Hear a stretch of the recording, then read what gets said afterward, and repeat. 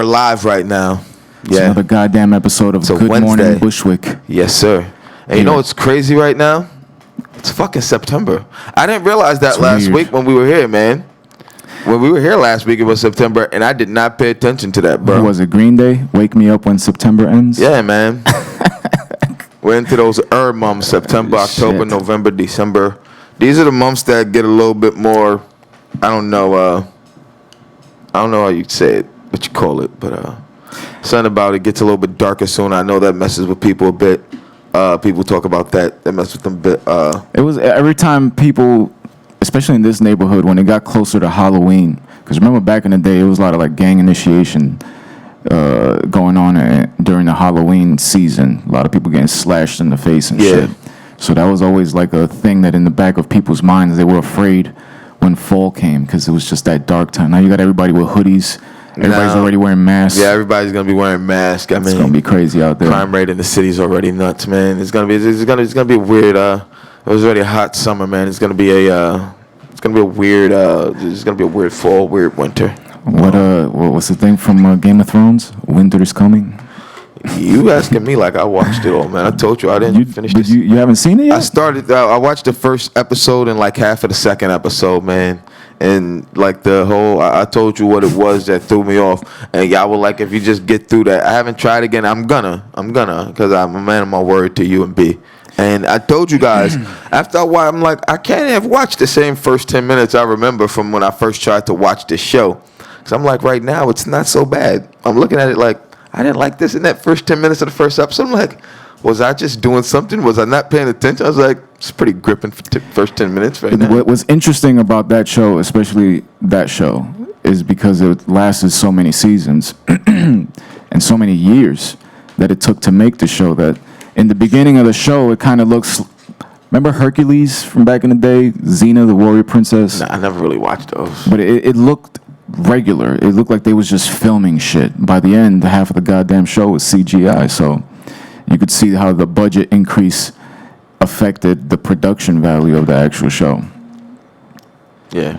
Good show, though. Yeah, man. It's a good show, man. I can't say I was shocked. I definitely, I can't remember what I watched in that first 10 minutes that I was just so not a showing for me. Well, when they pushed the kid out of the... Nah, I mean in the first 10 minutes of the show when the dudes get attacked, when they're walking in the snow and shit, I was like, I don't remember seeing this. Like walking in the snow. I guess that the wall. Maybe go watch episode 1 all over. Like again. That the wall or some shit. They did the guy who deserts the wall. It's in the beginning. They get attacked by some weird creatures, some the shit. White Walkers. Yeah, I guess. I guess. I don't know what it was. I guess I need to watch more, man. Bro, the fandom behind that show, though. There was, man. It's the fandom insane. behind things that ruin things for me, man.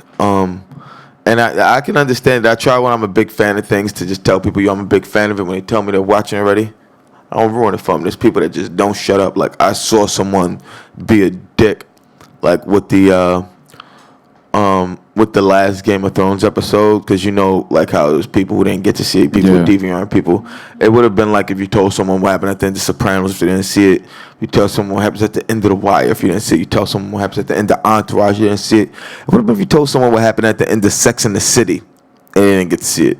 Like, I witnessed someone do that. And as people were telling this person, yo, you're kind of being a dick about this. And another person's like, chill now. Like, the joke's over. This was like social media? No, in person. In person. At a function. That's like walking out of a movie theater and screaming out the ending of the movie to everyone that's waiting on the line. Bruce Willis is dead.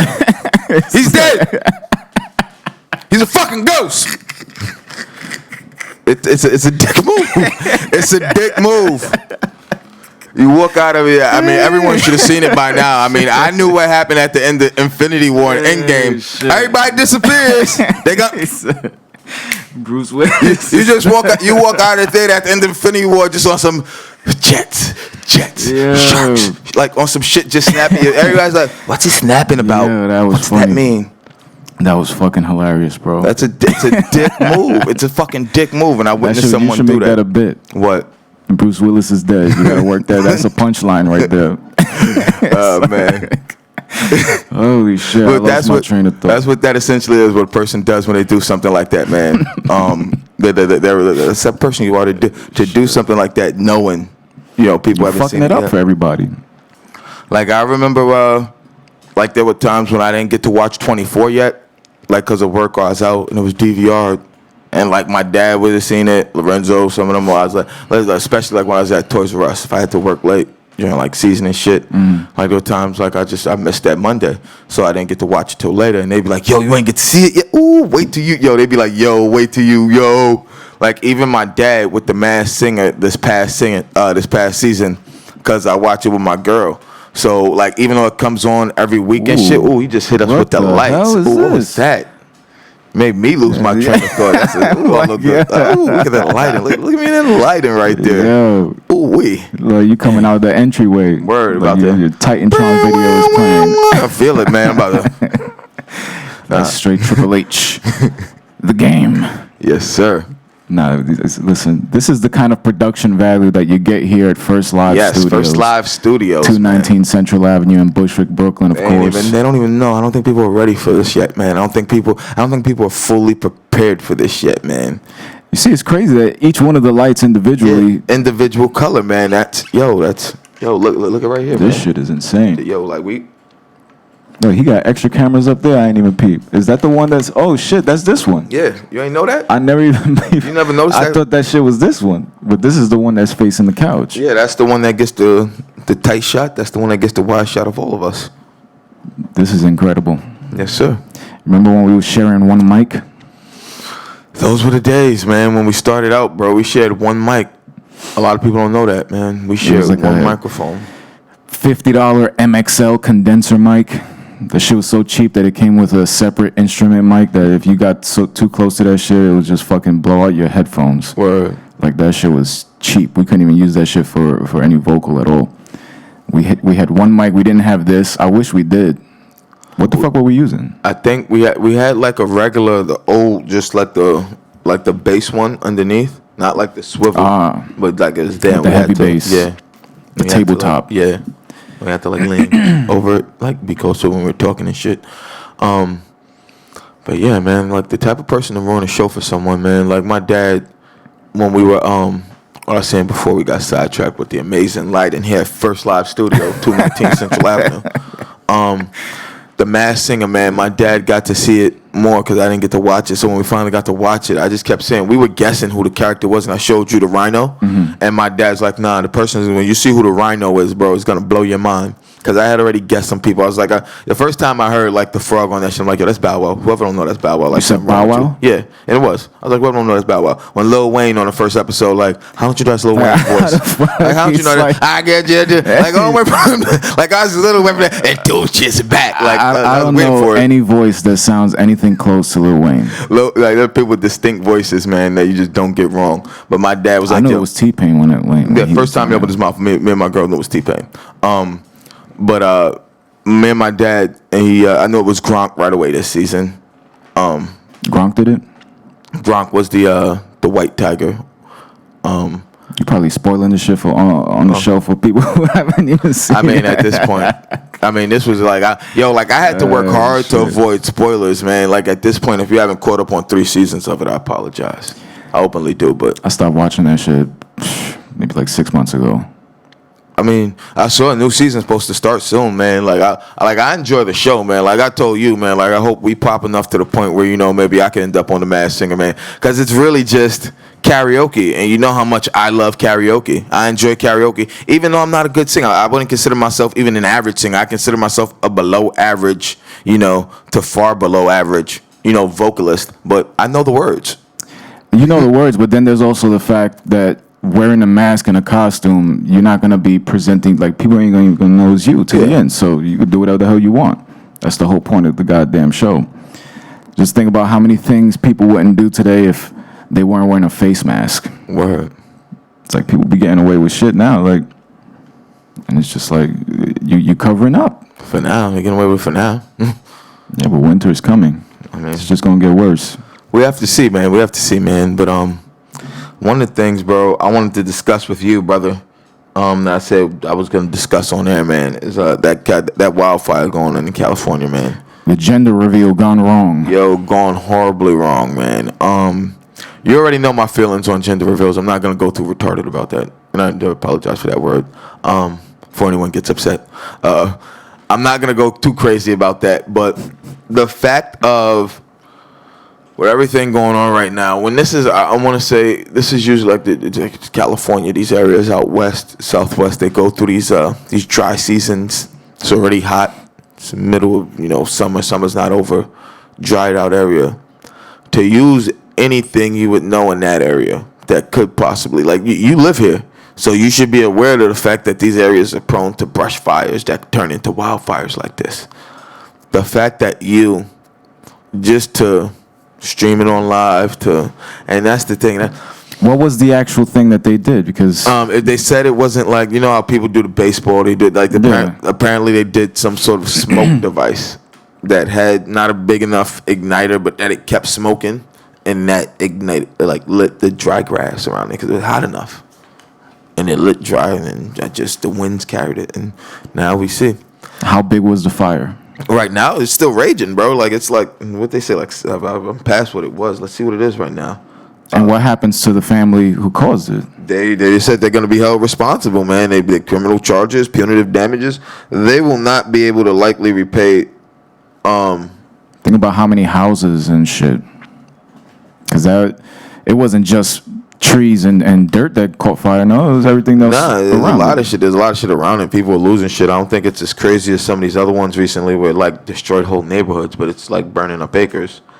That shit is... See, I seen one. You got to keep it simple. You got to hit the piñata. You got to pop a balloon. You got to do some shit like that. Anything with fire. And how often do we... 10,000 acres right now. 10,000 acres? What the fuck is an acre? Like, what's an acre in distance? An acre in distance. Let's see. I mean, I know it's a square distance. It's like a square. An acre is like a... Let's see. Would you say it's bigger than a football field? Yeah, an acre's bigger than a football field. Or about maybe. I don't know. Is an acre bigger than a football field? I don't know. I don't think an acre's bigger than a football field. Danny, do you know? Let's ask Google. An acre bigger than a football field. Because I haven't really been on too many football fields, but the ones that I have gone on, them shits is actually pretty fucking huge. To be more exact, 1 acre is 90.75% of a 100 foot long by 53.33 wide American football field. So I guess it'd be take out the end zones. Take out the end zones, and that's 1 acre. So 10,000 of those? Yep. All for gender reveal. So, God. And they said the people were still there, man. Jesus Christ. And I guess they said they understood the magnitude. They understood the magnitude. They understood the magnitude? Yeah. Bro, you just destroyed 10,000 acres. Like, I just... For something you didn't have to do to begin with. It wasn't even like... The thing with it, and this is the thing I was talking to my girl about. She's like, but if, I want to... I get people want to reveal it, but I was like, this was never a thing before. And if you get it, it's really, you're just following the trend. You're not doing anything trendier. You're just doing things everyone else is doing. And I told her, this really goes back to the question our parents used to ask us. If your friends jump off a building, you gonna do it too? Like, straight up. That's really what it comes to. Your parents will ask you, your friends go jump off that bridge, you gonna do it with them? That is one of the things that our parents tell us as kids that we don't understand until we're adults and we see other adults doing stupid shit. That you don't understand, especially bro. Trend-based. Trend-based. Like, man, like I seen someone, man, recently share a photo from when planking was a trend, man. Remember planking? How many people got themselves hurt planking? Almost died. Broken bones. Like planking on the stupidest areas too. The funny ones were, simple shit. Planking on cash. I think a 50 planked on cash. Shit like that. You're gonna plank on the edge of a roof. You you seen them videos with those dudes that be hanging off the edge of the buildings and Like shit? I don't get Them it. shits Like I make me- wouldn't, give me vertigo. those. I see those videos and I'm just like, why, That bro? shit makes me nauseous to watch Like, them shit. didn't one of those kids fall before? Like one of them kids fell and died. It was a dude that dressed up like Spider-Man that fell off the side of a building. Damn, It's like that's cold. Peter Parker's no more. That's cold blooded, man. You know what I wanted to talk about? Something that you sent me. That side piece challenge. Yeah, shit? I wanted to discuss that too. That's crazy, That's bro. fucked up, bro. Like you're not only putting like this other person's entire, and then granted, this person's a piece of shit, a cheater. I mean, unless you're in an open relationship, if you're a cheater, you're a piece of shit. If you're just like, yo, she don't know, won't hurt it. Well, nigga, because you more than likely she'll find out. And, people aren't that stupid. And the For way the people who don't know, because not everybody's gonna know what the hell we're talking about. On TikTok, there's this new social media challenge where you basically expose the person you're having an affair with and then try to clown his significant other on this platform using this. Is that even a song, or did they I think just... that's a song. So they just... It sounded like they just cut a bunch of audio together and then had this little soundbite that was just circulating, but apparently it's a song, and they're like singing to the song a little bit, and then they're showing pictures of the cheating. It's like they're showing actual pictures and videos of the person man. in bed with them and shit Yeah, like man. that. It's like Off of social media there were cloud. guys with other guys calling them out, telling them to call let their girlfriends know. It was crazy. There was a black girl who I saw, and I sent you in that video, like that short one that a couple of them condensed. With the white dude? He looked like a real MAGA. It's like, Real MAGA, and she's like, "Let your peeps know then." Yo. Like, And the one after that, the gay dude. yeah, the gay dude was what I was talking about. I was like, "Yo, bro, like, damn." That shit is... For social Scandalous. media clout? It's crazy. It's wild. What happens if somebody kills you? What happens if you like destroy someone's life? Granted, I mean they put themselves in that position, but to get exposed like that on fucking TikTok, bro? Like, someone's gonna lose their fucking mind, bro. Ain't gonna make it right, but someone's gonna lose their fucking mind over that shit, bro. It's crazy, man. But I mean, the things people do for clout these days, man. I mean, they do anything. It's incredible, They bro. do anything, bro. Any and everything, bro. People put I didn't even know clout was a word until like the last 5 years. Like that was a word that just kind of surfaced into mainstream language now because that's what everybody wants. What is it? Social media notoriety? I mean, I guess clout's always been there, man, but never said it like that. I guess you maybe heard it was a much rarer word. Yeah, it was like it was a foreign concept. Either you were famous or you were not famous. There's certain people that had a certain amount. I mean, you could say certain people who have an amount of clout somewhere. Maybe you would see that, but you wouldn't see people chasing it The way they do so now. openly and blindly and so just Pretentiously. There's a lot of pretentious people out there. a lot masquerading as a lot of things, man. And we even discussed it, man. It's like those like the social media videos, like when they go, like if you're gonna help someone, like when they show, like, and especially, man, I know these kids don't know no better, man. When I see these kids like in middle school and like high school, and like they're like, this kid was, didn't have son, and they put the money together and gave, like, you could do that and give that to someone and without filming it. And when they film that, I don't want everybody to know like how low I was, like, you know what I'm saying, and it's not just the school know, the hood know, but now the world know. Yeah, now the whole world knows. The whole world about knows. this charitable. I had holes in my shoes. I didn't have clothes. My parents worked, they couldn't afford everything. Though I had a roof over my head, food. You know what I'm saying? You don't know the whole situations behind these. You see these little snippets, and it's annoying. It's super duper fucking annoying. And, It's clout chasing. At its finest, man, when they show like Clout these people chasing. like videoing themselves giving like all this shit like food and all this stuff, taking it to homeless. Like, why do these people? You don't need to. If it was sincere, then the memory of it would be enough. You'll see that person again, and if they're in a better position and you help them one time, you'll be like, "Yo, you remember me?" And you'll have that moment. But to watch that shit, especially submit that shit on social media, 'cause that's man. what they do now. They It's try like, to submit that shit. I'll put it like Worldstar. this. Let's look at Hov and B. I'm not the biggest Beyonce fan for her talent, but for the social activism, and how they're quiet about it. What they do, who they help, how they help. You don't find out about that shit till much later, man. And then you don't find out through them. From them, you find out from other people. You find out from the people who they helped. I remember I saw this video probably like 2 weeks ago. This dude, it was a nice gesture. This guy goes and he picks up this homeless guy from the street. Then he takes him to his barbershop, shampoos his hair, gives him a haircut and shit like that. And I'm sitting there just thinking to myself, what happens after? You just gonna drop him off back in the street? But he's just got a fresh cut now, so he's gonna feel a little better. It's like, if you're not gonna go above and beyond, then don't film it. Don't do that, man. Like, if you would have just gave him a cut, that would have been fine. But the fact that you recorded it and then just watched him walk out of the barbershop afterwards, like, he's just gonna go back to that same spot. You didn't offer him a little job to sweep the hair in your barbershop. You ain't do nothing like that. Right. It's shit is cheap, bro. That shit is clout. It is, man. It is, man. It's a major problem, man. It's a major problem, I feel, man. And it saddens me. It saddens me that people do these things and that people do these things so blindly and don't see a problem with it or the issue with, like, them chasing like that, man. There's a lot of other things, man, like with that also goes into that like that side piece challenge, man. Because I mean, if anyone's, I mean, these are girlfriends. What these are married relationships where you get like kids, assets involved, families. But they don't know that because they're not in it.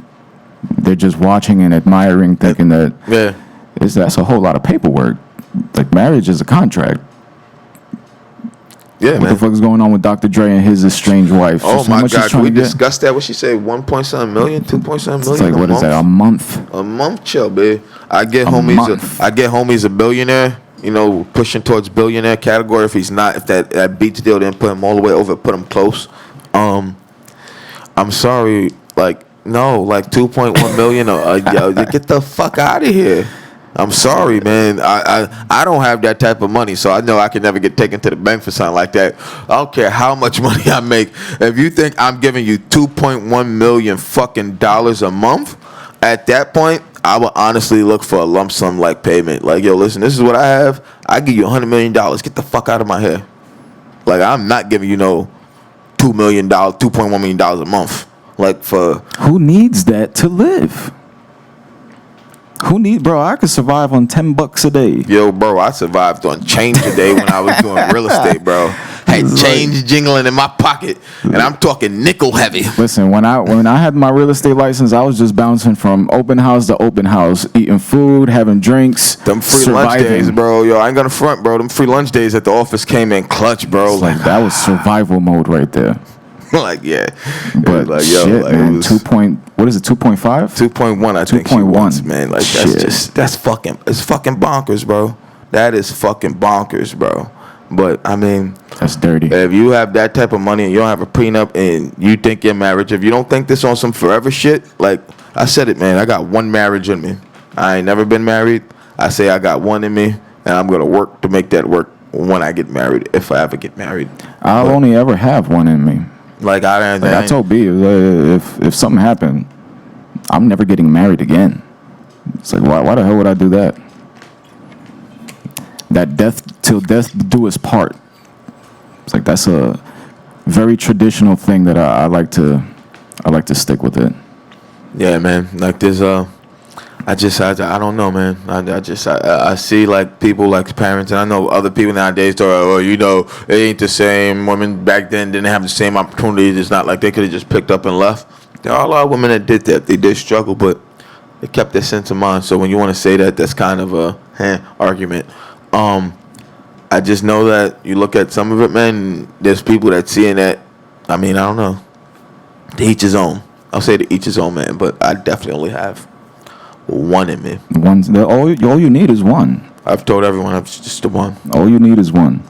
It blows my mind when I speak to guys and be like, oh, I'm on my fourth wife. It's like, man. What the fuck? I mean, like one of my homies from work, man, when he told me, man, and now he's like at his age, he's like, I'm not doing it again. It's like, fuck, man, you did it 4 times already. You lost a lot of shit. He's like, and he's like, yo, the funniest shit is like, he's honest. He's like, it was my fault every time. He's like, I didn't cheat anything. I was just an asshole. At least he was aware enough to self-reflect. He's a good dude, man. Like, but he just reflect at it now, man. Like I told you, I used to love talking to him, man. I miss all the guys from work, man. Those talks before the show, like when we were just waiting around, opening up, or like during the show, like intermission, laughing, joking, or like those shows where we had to be there early, set up the detectors and set up the machines, and then we just gotta wait, like those would be the funner days. Those are the days like those are the times where I miss. Like when I'm like, I tell you now, I'm taking so many pictures. I told my girl on this phone. I've had this phone less than a year. I already have more pictures on this phone than I did on my previous phone from the entire 3, 4, or 5 years I had it. Maybe. Listen, I was trying to take pictures off of Brenna's phone because she had like 0 space left. You're talking about like 20,000 something pictures, bro. 20,000, and I'm looking through all the pictures, and she'll take the same picture 18 times, and then on top of that, each one of those pictures is like a live picture. So you just hold the little play button down, and it moves at least like 20 frames or some shit.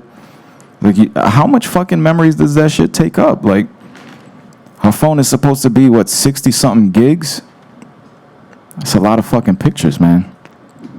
That's why I don't deal with iPhone, bro. I just connect my shit. Everybody tell me, yo, get iPhone. Half of the people that got iPhones don't even know how to use the cloud. Yo, bro, like people who have iPhones, man, and like my girlfriend posted a meme on Facebook the other day, and like she was like, there's no one more stubborn than a person who refuses to switch from Android to iPhone.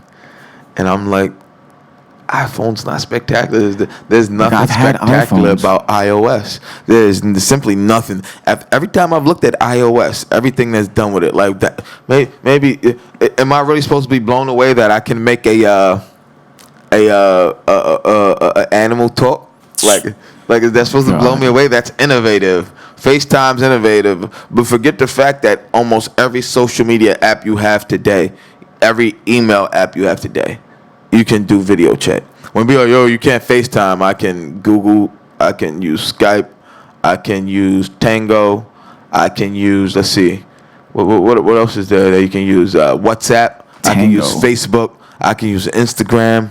Like, we've used Instagram to have quick chats about shit, like on the video chat. Like, I've used it with my brother. He has an iPhone. Like, I tell him all the time, like, yo, you act like FaceTime's this, like, wild, like, proprietary technology. It really isn't. It's just FaceTime, and you get to connect to other iPhones. I saw a meme that it was, I guess somebody had hit up Skype customer service, and they wrote some shit like, Snapchat equals yellow, Instagram equals purple, Skype equals ? And they wrote blue. And they wrote, the person responded, yes, Skype blew a 10-year lead to to Zoom. Oh man, I can't. I don't know if I could, but you know what I will say is that Skype's not in Microsoft's hands, man, and Microsoft doesn't do the greatest of work sometimes. Yeah, because the people over there are more worried about vaccinations than they are computer chips at this point. I have no idea. It's just to see how far Microsoft has fallen off. We say this all the time, and you know it's messed up.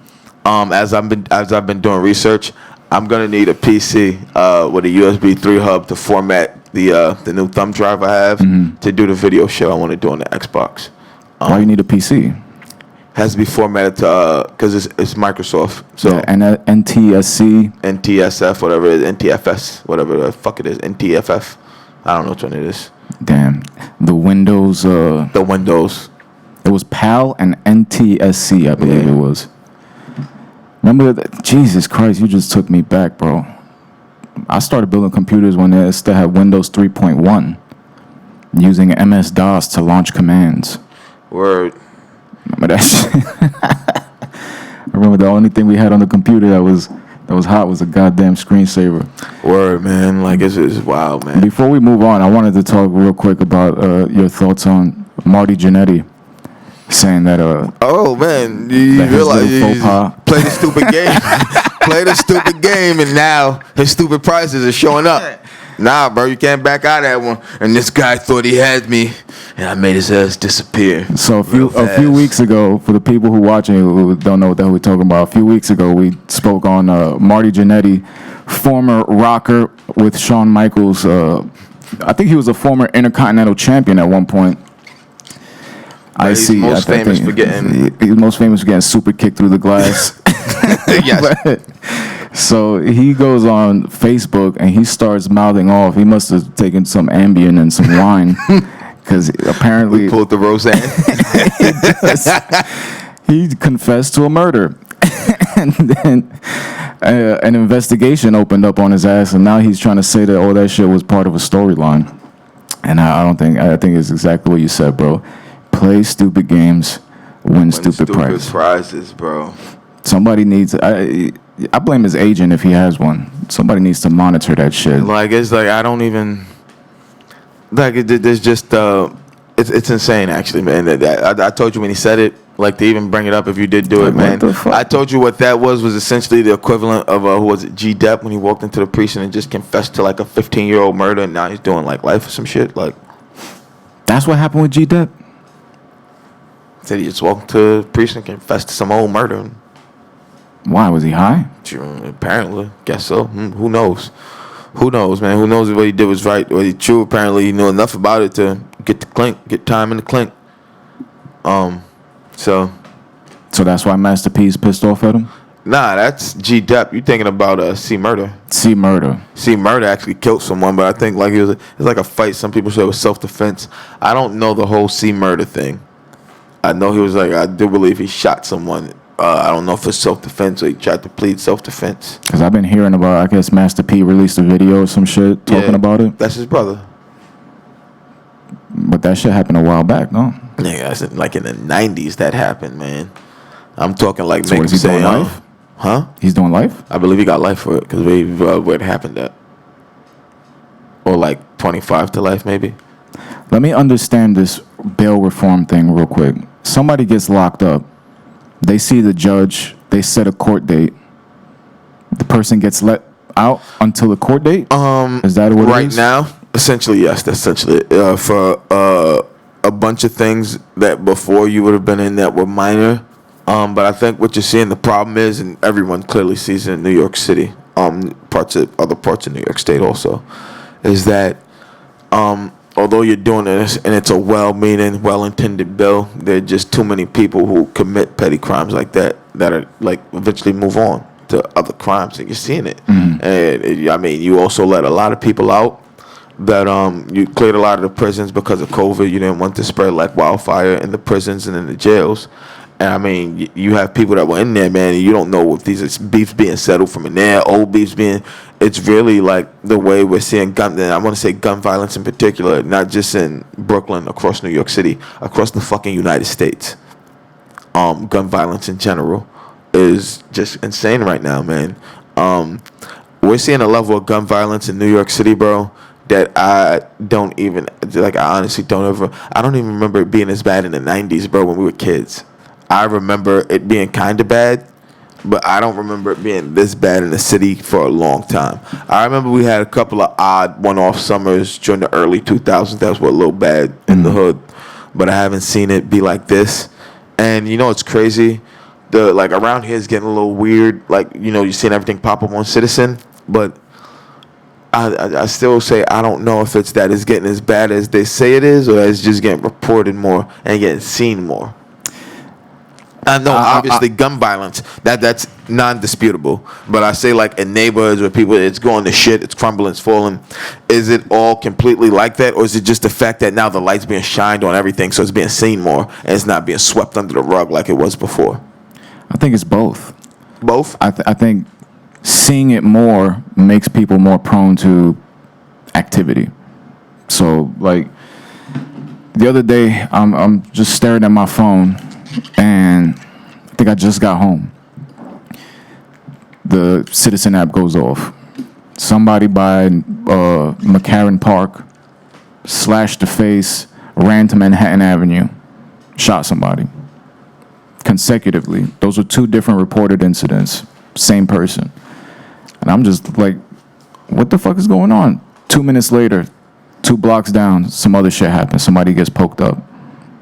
So I'm just like, you're putting out such a negative emotion. You're putting out negative energy especially like seeing this on your phone all the time keeps people depressed.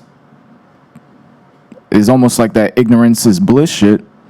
To a certain degree it is, but at the same time it also could get you caught up. I mean, I like knowing, but I hate fucking knowing. Like I hate the I'll shit. put it like this. There's no difference between this and only now you know what happened, other than you would hear the sirens, you'd hear a helicopter, you see the boys. That's how we used to know something happened back in the day. In the hood. Like even still in the hood, bro. Like my phone don't go off and I'll see the boys. My window looks right at Wilson. I'll see like 7, 8 DT cars zooming down Wilson, and I'll hear nothing on Citizen. I mean, they're like, woof, woof, woof, and they are blaring on that horn, bro. It's like when I told you that night when I was at work last year, when those idiots backfired the motorcycles and everybody thought they were shooting in Times Square. Yeah. Yo, bro, like I was looking at a police car right in front of me as the show's letting out, and they're just sitting there in traffic, regular, doing nothing. And they went from that to in about 10 seconds sitting in traffic trying to roll through to them mashing their gas, like blaring their horn, like get the fuck out of the way in the middle of traffic, trying to maneuver through it. I'm like, what's happening? And then we saw people running and they said, yo, and we like closed the doors and did what they told us to do. Like, and got those we could get back in and, you know. I remember when that shit happened. I ended up using news footage for the thing that I had cut for JD when he was in the kitchen. Yeah.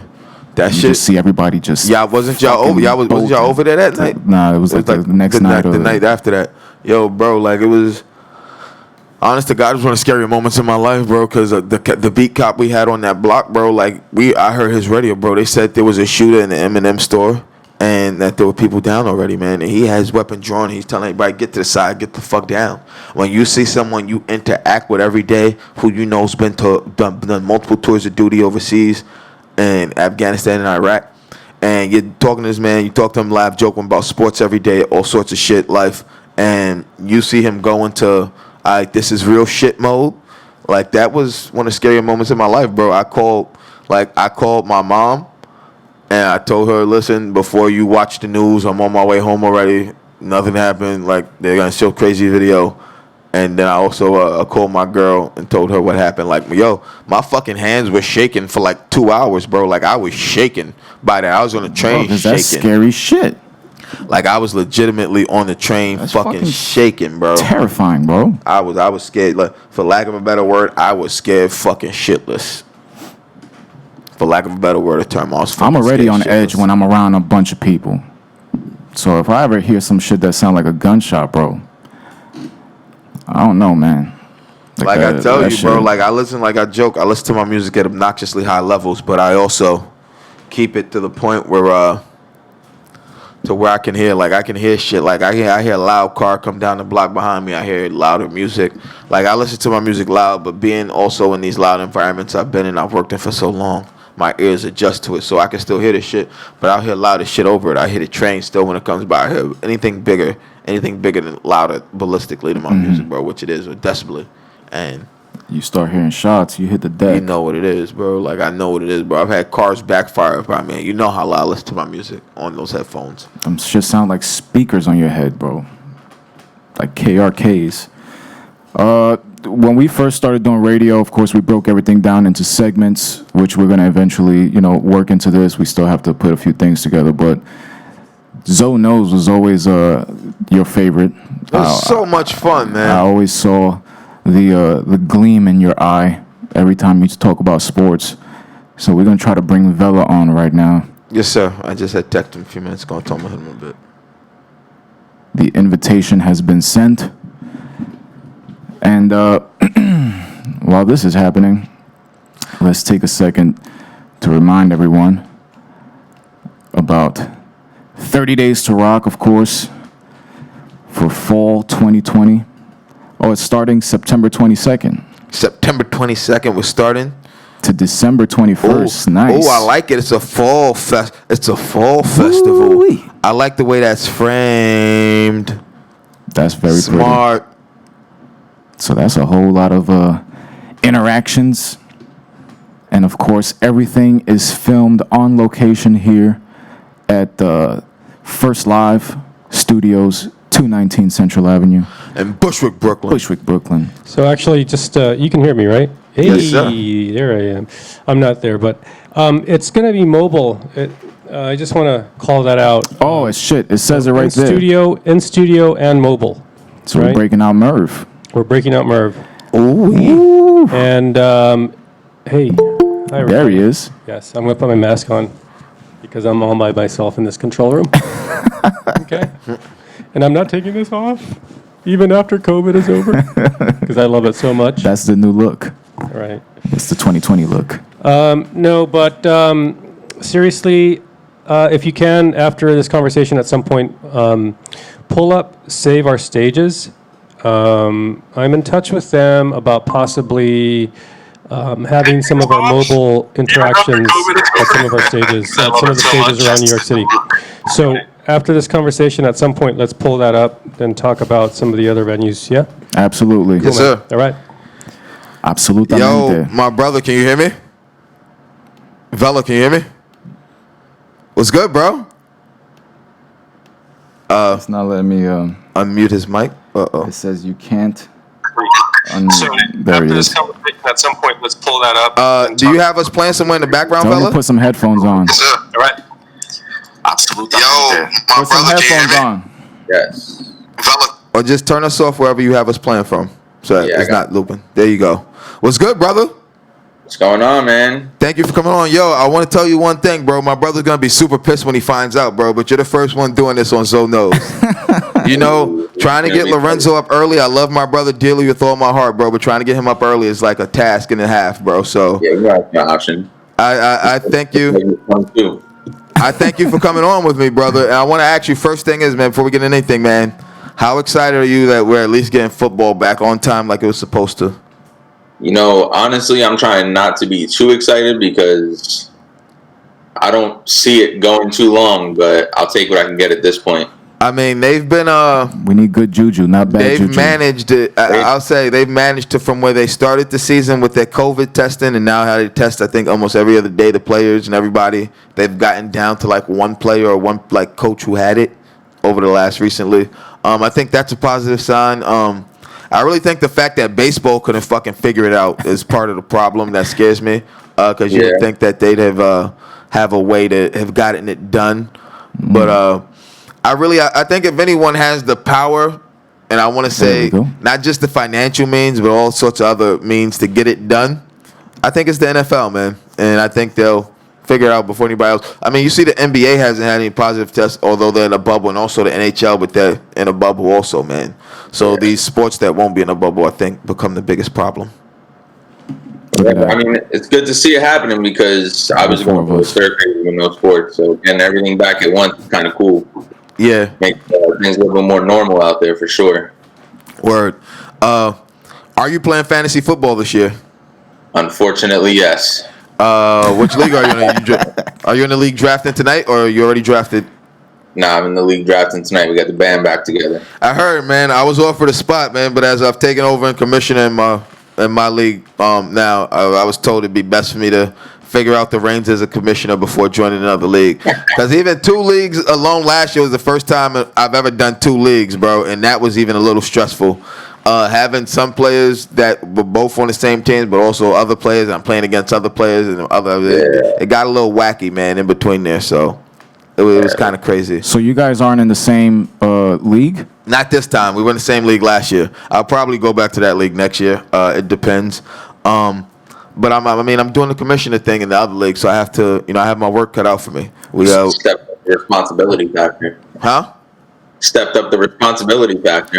Yeah, man. I mean, I love my brother dearly, man. I said that to start this, this segment, man. But like some of the things we were complaining about to the commissioner last year, and he said he couldn't figure it out. The second he gave me the controls, which I've been asking for all year since we agreed at the end of last season, I was the new commissioner. I didn't get it till like maybe a month, 3 weeks ago. And I told him everything that people were complaining about. I'm like, I see here, it could have been fixed. And it's just like, yo, I love you, bro. But it's just like, I don't think you were really tinkering in the back end controls and looking at shit, bro. I was like, I love you, but I mean, you guys, Roach knows of all people. You know also that, I play mostly franchise when I play my sports games. And I tell you, I love to play it because it's very like deep I in the own my franchise. own league. It's like I'm running my own league, bro. I could dump players on other teams, make super teams. Like they're gonna play my team and see if I can beat them. Like I mean, see if I'm good enough. I'm a sports nerd like that, man. So doing the whole commissioner thing is like right up my alley, man. Who sets the dates for like drafting? Is it individual to each? Nah, the whole league drafts at the same time. I guess you would say we get together, get the consensus. This year, the biggest thing we had, and I mean, you guys are doing it real good like we did. The games start tomorrow, so they're drafting tonight. We drafted in our league last night. I saw someone who drafted the day before Cycle T. I'm about to say Cycle T. The day before Special T was here. When he showed me his, and the day before I saw the dude share his, man, and Leonard Fournette was on his team, and he got dropped. He got released, man, the next day. So do you guys use an app, or is this just? Yeah, use ESPN. We use ESPN. There's Yahoo, CBS, all these sports. Fox Sports has one. We have a Yahoo league, ESPN league. Yeah, there's all sorts of leagues. And when you guys play video games together, is it like what you do with your brother that you guys pick each fucking member Nah, of the Vella team? doesn't like to do that. We just play. Vella doesn't like to do that. When I play with It's like- Vella, we just play. Nah, but Vella's one of those people who I have to play. I can do all that. But he plays just I can play him, but we'll play a bunch of games, but we'll just keep switching teams. Like I can do that also. Me and Lorenzo play. These are lifelong He grudge still matches. cries and complains like he's playing against his brother though when he's losing. Oh, And of blames course. everything. I mean, you guys act like losing's supposed to be fun. Like losing's not fun. It's never been fun. I don't like to lose. You all know me. I'm hyper competitive. Very true. He don't like to lose at anything. No, I don't. I can lose gracefully sometimes, but not often. What's going on outside? Nothing on Citizen. All right, well, at least he kept going. We just had a fire truck going the wrong way on Central Avenue outside the window. Caught my attention. Yo, how are you feeling about baseball season? Are you feeling let down right now, man? Let down by the Mets as usual, but just again happy that baseball is actually back. Not really sure how this 60-game season is going to work out with the extended playoffs, but it's a chance for things to improve in the future. I like the DH and the NL kind of thing. As much as I thought I was going to hate it, I kind of like it, man. And I guess if your pitcher likes to hit, you still have the option to let them hit, but then you also then have to remember now you're playing like you're in the NL used to. Because there are pitchers that prefer to hit, man.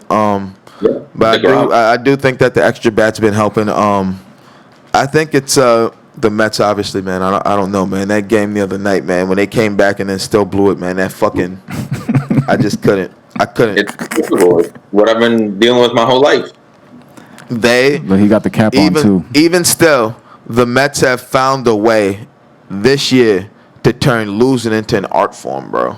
Even still, bro. No fans, 60 games.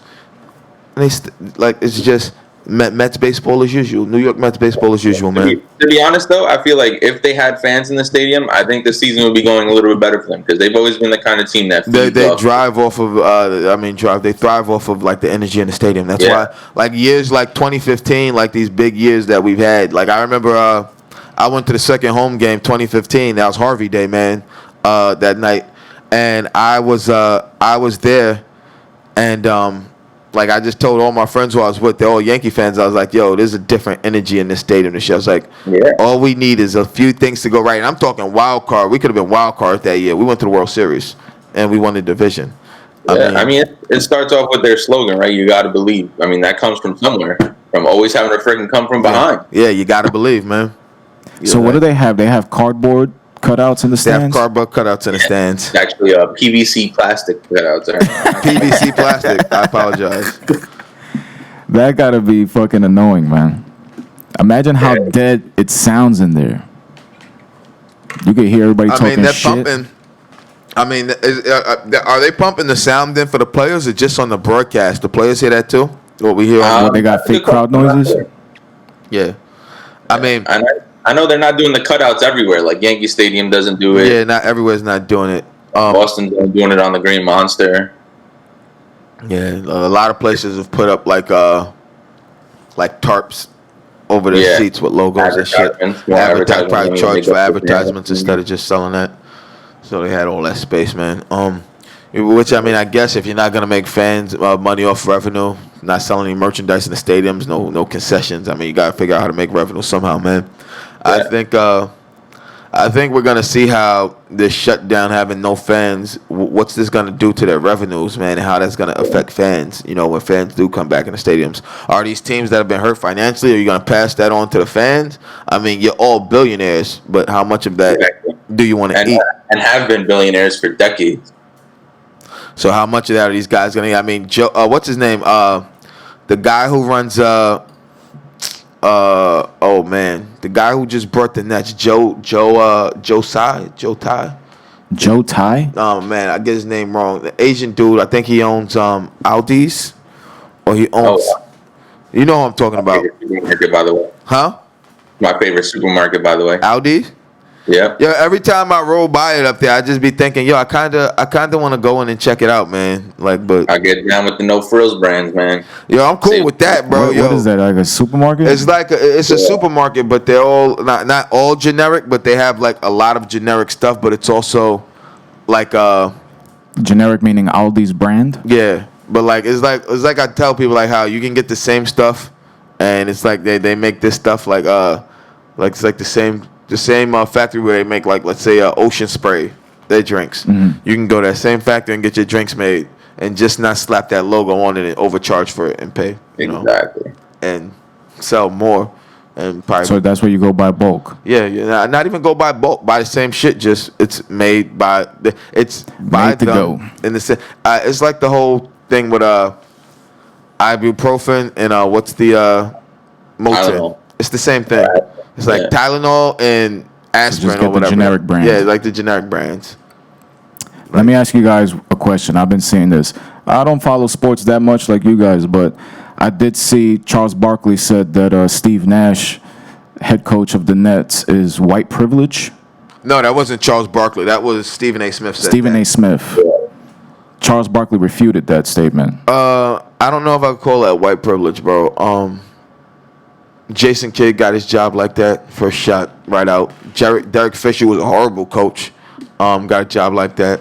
A few guys have gotten jobs like that, and a lot of them. A lot of the guys who get that job like that are usually point guards. I know a lot of people upset, like Brian Shaw lost his job pretty fast when he got it as a coach. It took him forever.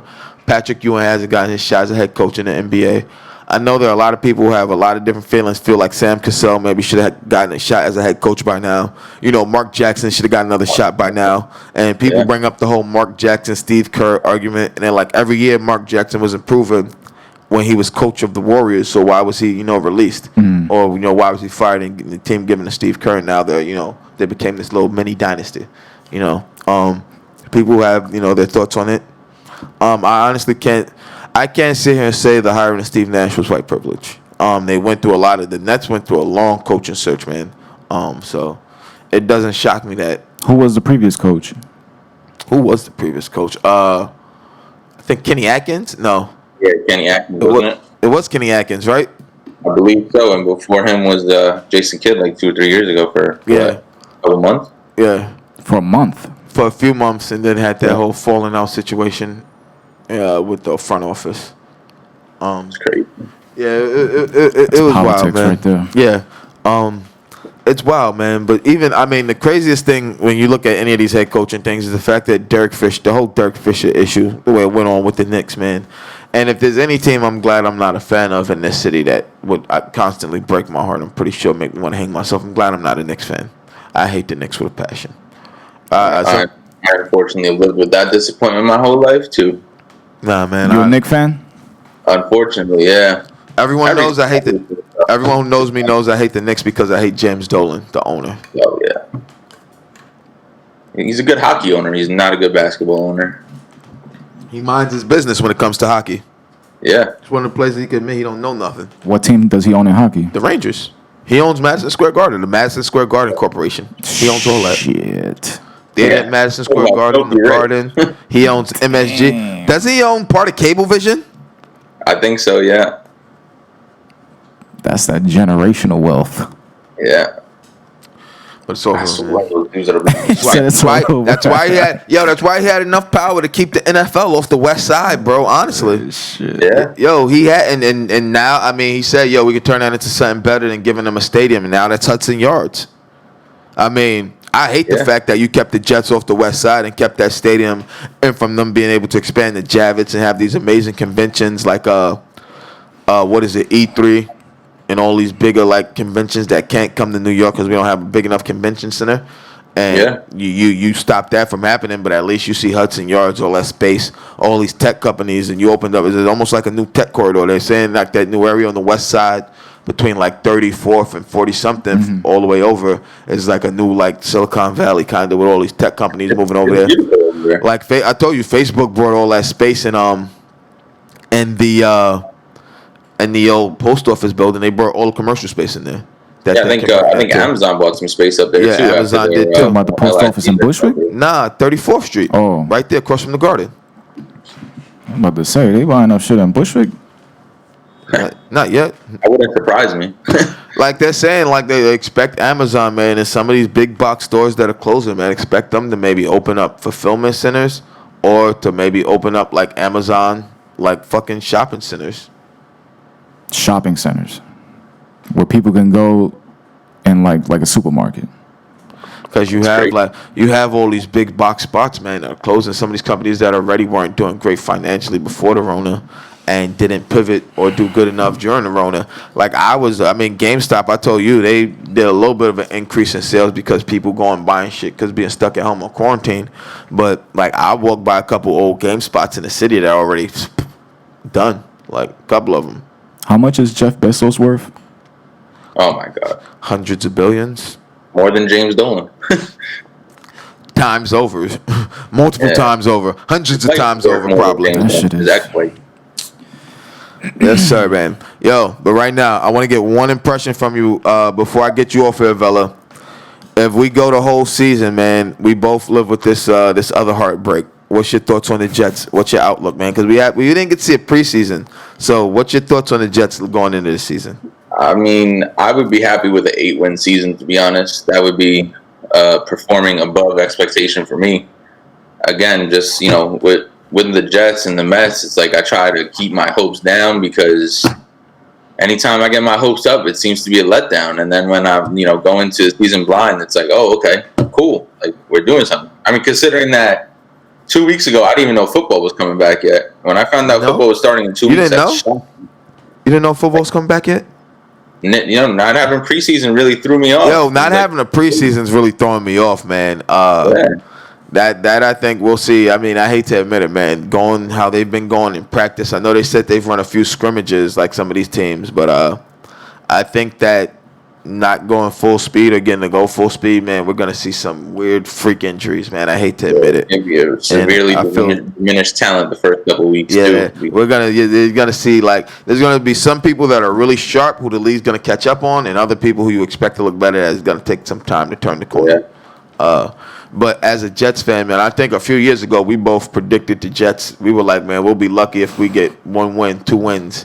And we got more than that, man. So, like the Jets, I believe, a 7-8 win season is possible. I think it comes down if they stay healthy and they have to play consistent on offense, bro. It comes down. Sam Darnold's going to be a big piece. Yeah, man. I think he has to take the step forward this year. He has to take the step forward, man. He can't keep looking like a middle of the pack guy, man. You have to look like you're built for New York. Or what are they doing with the stands? Like he's still ghosts. No fans for Jets or Giants. New Jersey's not allowing it. Some stadiums are allowing it. I believe Jerry World. Yeah, Cowboys are. The Texans, I think. The Dolphins, I heard maybe. The Broncos. Not a lot of teams are. And then at reduced capacities at that, and then they'll have to socially distance and shit. So, are they hiking the prices up? That's what I want to see. What are these ticket prices gonna look like? What a concession price is going to look like. Because now it's almost like VIP if you're actually there. And are you still going to like allow people into like that personal boxes and shit? Is that like considered separate from the regular seats for the fans? There's a lot of questions I don't think the league has looked at completely resolving these things and with these issues and shit going on. So it's they'll tackle everything's them as they like that right now. Everything is like kind of you'll figure it out as we go along. Yes, sir. It's crazy. Yeah, man. One more thing, actually, before I get out of here, man, I want to plug for you, man. Why don't you tell the people about a venture you have coming up, man, that I feel like the world needs to know about, man, that you and one of our other buddies are working on. You've been working on for quite some time. So, my partner and I, who shall remain nameless at this time, are opening up a food truck called The Station. So we're going to serve some New York City staples, but we're going to do it up here in the boonies, up in Orange County, New York, where we got a lot of transplants from the city that don't really get those comforts that they're used to having back when they were home. So that should be coming in the next couple months. Keep an eye out for that. We'll get the social media up and running soon and start putting up some pictures of some food and stuff. Get your mouth watering and then hopefully getting your pockets. Yes, sir. Yes, sir. Usually in my pockets for other reasons, but yeah. Yes, sir. We're gonna have some fun, man. No, but I want everybody to know, man. This is my buddy for a long time, and he could cook, and our other buddy could really cook. They're two phenomenal chefs. They cook their asses off. If they don't kill each other because they're such close friends while doing it, it's gonna be an amazing thing. They may need a buffer in between them. Can't be me all the time, but they may need a buffer. If the food truck don't work out, then the reality series that stems from it definitely will. Yeah, there you go. Some GoPros. Just film what you guys do. I appreciate you having me on. It was a good time. Yo, thank you for coming pleasure, on, brother. I'll call you after we get off here in a little bit. Love you, bro. Make sure you hold Lorenzo to the side. Don't let him make his appearance yet. Yeah, nah, he'll get on soon, man. He just Make him back. I'm gonna holler at you, brother. I love you, bro. Tell Karina I said hi. Thank you so much. Have a good one. Later, bro. And with that, ladies and gentlemen, that was just Zoe Knows, a nice light segment. Not too much sports to discuss. You know, we really I can't even believe we just sort of glossed over there. We didn't even talk about the Bucks getting eliminated yesterday. Wow. Yeah, but just, wasn't completely paying attention on that. Wasn't ready yet. We're slowly getting through the process of structuring. And I think that we just got to remind people right now that 30 Days to Rock Part 2. 30 Days to Rock, there, man. Fall 2020. September 22nd through December 21st, live in studio and mobile broadcasts. And we're going to create a shitload of content. Of course, if you guys want to be involved, then visit 30daystorock.us to find out how. Yes, sir. It's one of those things, bro. Yes, and I just sent you the one for our other guest who's going to come on in a bit, man. That was a... Send me what? For the other guest who's going to come on. Wow. So Danny, I was able to replace our first guest. One thing I want to talk about, man, before we bring him on, man, pets.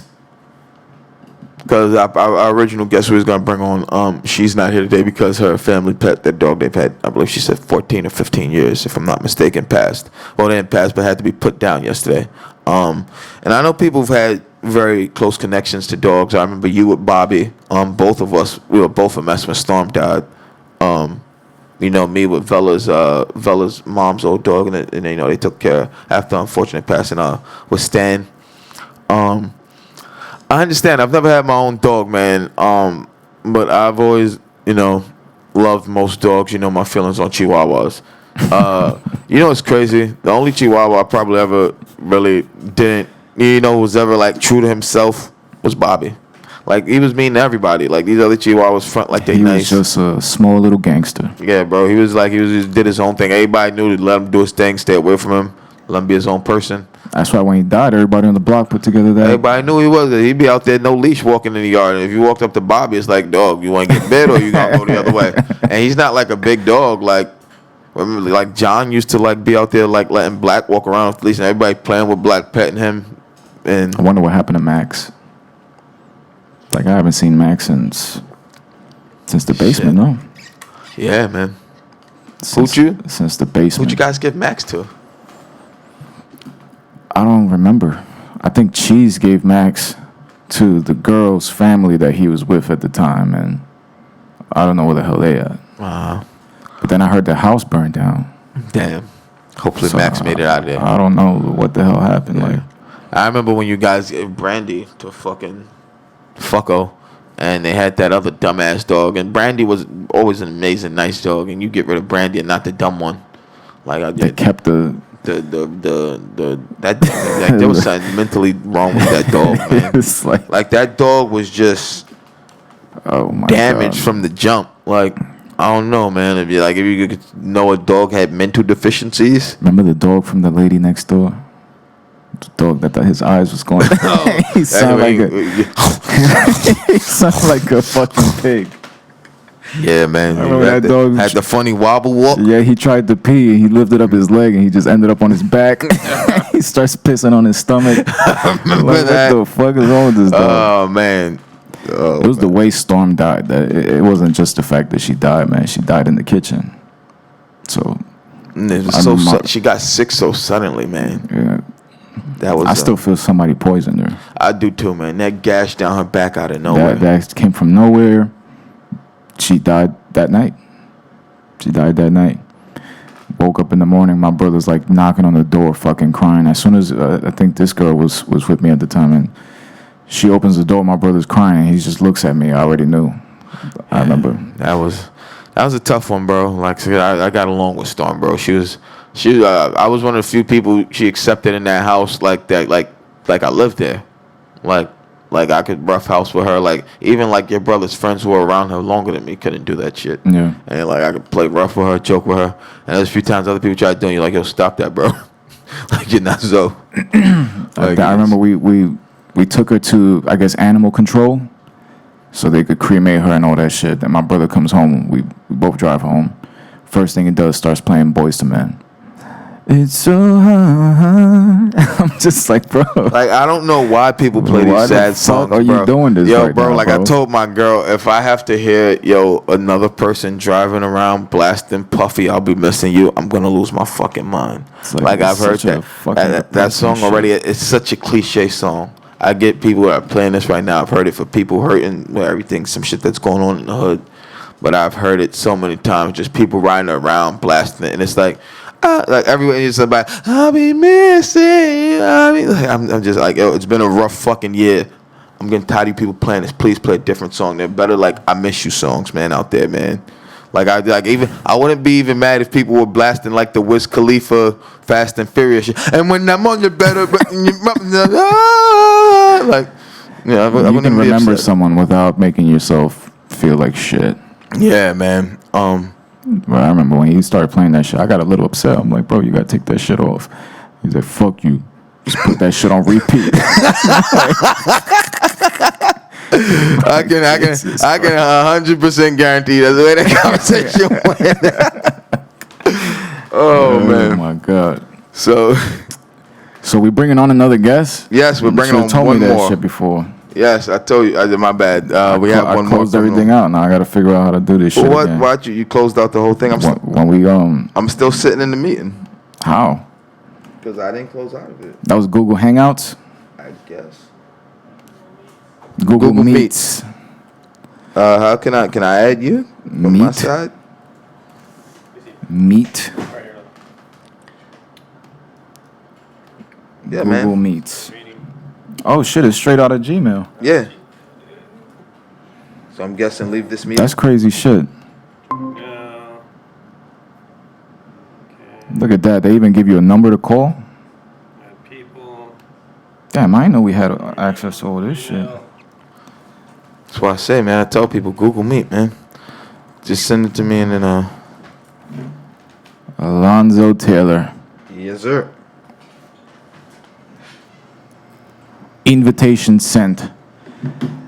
We got to use this platform to start educating people on how to use this shit too. We can make little tutorials as we learn this shit. Mike. My mic? Yeah, both of us. Yeah, there you go. So that it's picking up only these mics feeding in. That's why Danny did the Check whole 1 thing. 2. Did I do that right, Danny? Or am I supposed to mute this over here? The one on the call. Check 1 2. All right, we all right. Now we got to add the guest. Yes, sir. So who we bringing on right now? My buddy Paul, man, he's in my fantasy football league. He's also a small business owner. He's been very vocal about the way, like what I've said, man. He's one of the people who his posts have really shined the light on it, man, about how restaurants, bars, venues like this, cafes, are really the lifeblood of small business in cities like this, especially in New York, and how they're getting boned right now, man. A lot of small businesses, man, and small business owners, and he's very vocal about it. So I figured, what we're doing this initiative for, when I have one fall through, just another one be a good call. Interesting. Yes, sir. Oh, this Google Meet shit just changed a lot, bro. You could launch this shit straight from Gmail. Yeah, I know. You can pull up this as well. Save our stages. Save our stages. Save our stages. Look at us through this screen. Now we're both on the screen. Yes, sir, man. So we're gonna wait for the guest to join us, man. But also a small business owner. He's been pretty vocal, man. And he told us something, man, about when they made the when the like ruling and wording for the everything went down, man. How businesses that had like outdoor spaces weren't allowed to use those outdoor spaces. It was only like curbs and like parking lots. And he said, because we think about the New York State, people don't think about the city, don't think about places upstate that have parking lots where they could set up, like which a lot of them did. Yeah. And we were like, he was talking about it. And he said like he was like when they worded it, he's like, it doesn't make sense if people can walk through a restaurant to use a restroom. Why can't they walk through to use and like the word and everything? He said that helped like get some shit with the state pushed through. Like it's insane, man. Like some of the real. Even we were talking. One of the girls in our fantasy football league, she's a bartender at the DL, and she was talking to us and telling us like the how bureaucratic they have to be, man. Like with the selling food while selling alcohol. And like a lot of people are just like, it's become so like bureaucratic and authoritarian that it's to the point where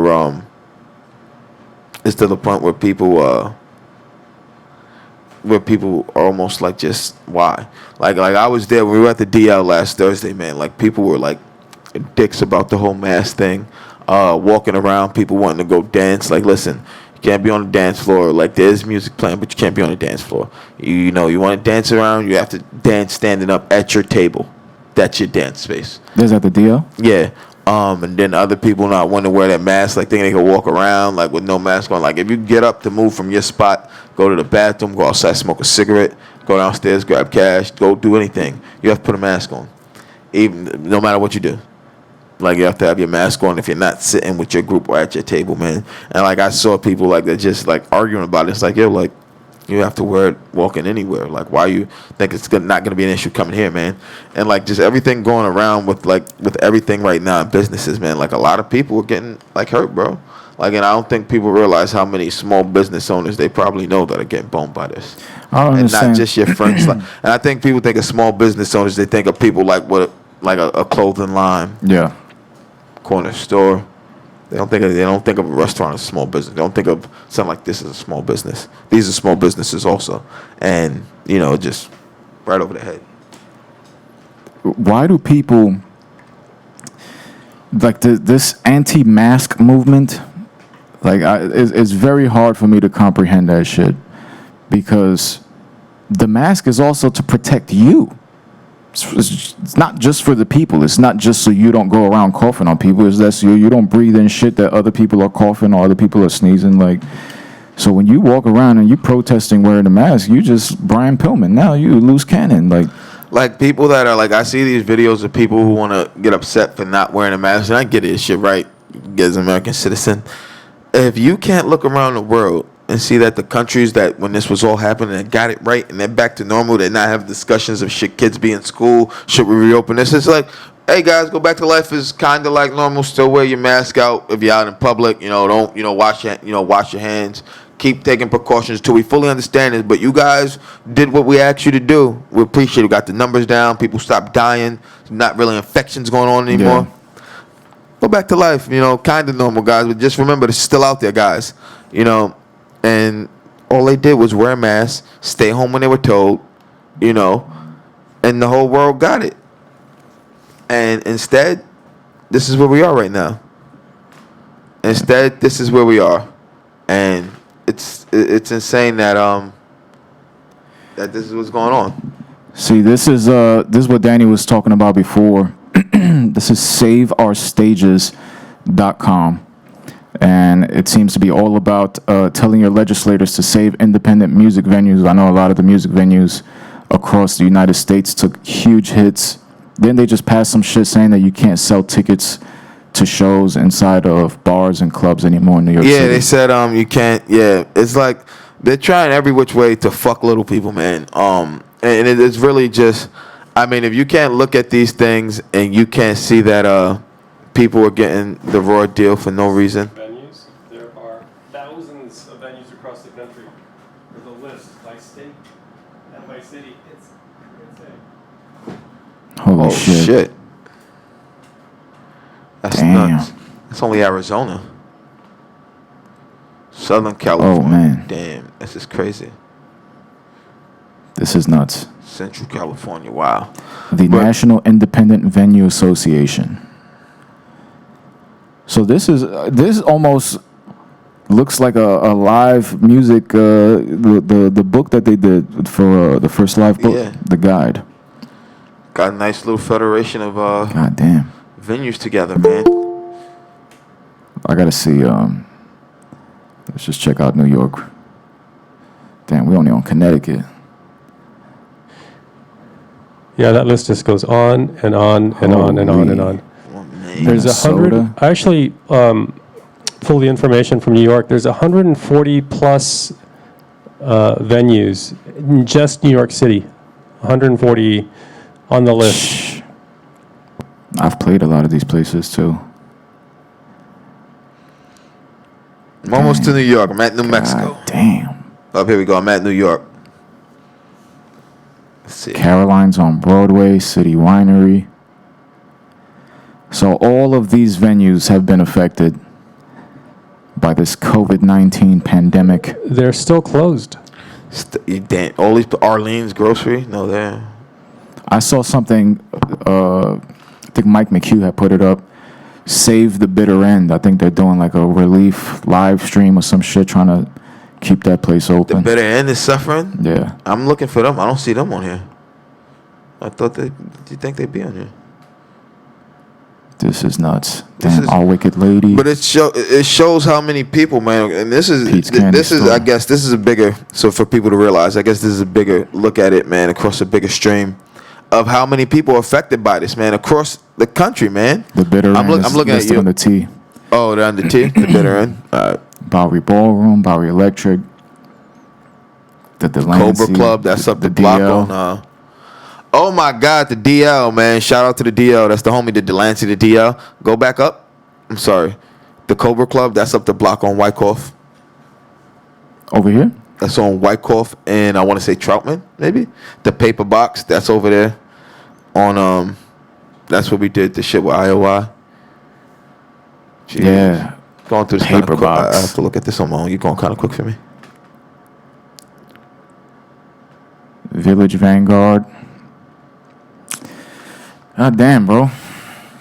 Something needs to happen, man. Something needs to happen. People, I mean, 30 Days to Rock, man. That's fucking. So 30 Days to Rock, you guys know the initiative we have here. And this is just trying to save one venue. Imagine trying to save every venue. Go to saveourstages.com and take action, of course. I'll fill this out when we're not live on the air, so nobody sees nobody my sees your personal information. You know what it's going to take? Can I tell you what it's going to take? What is it going to take? It's going to take superstars to come out check and the play meter and say smaller that's the venues. Joint. Superstars coming out and play smaller venues and ticket it, and that will help tremendously. But that's not happening right now. Shit. It needs to happen, though. All right, so our guest is about to join us right now. Hopefully, we got to tell him to like mute the audio and do all of that. But here's Paul. Just waiting for him to. There he is. Hey, Paul, what's up, brother? You hear me? Unmute your microphone. Yeah, I can hear you guys. What's going All on, right. brother?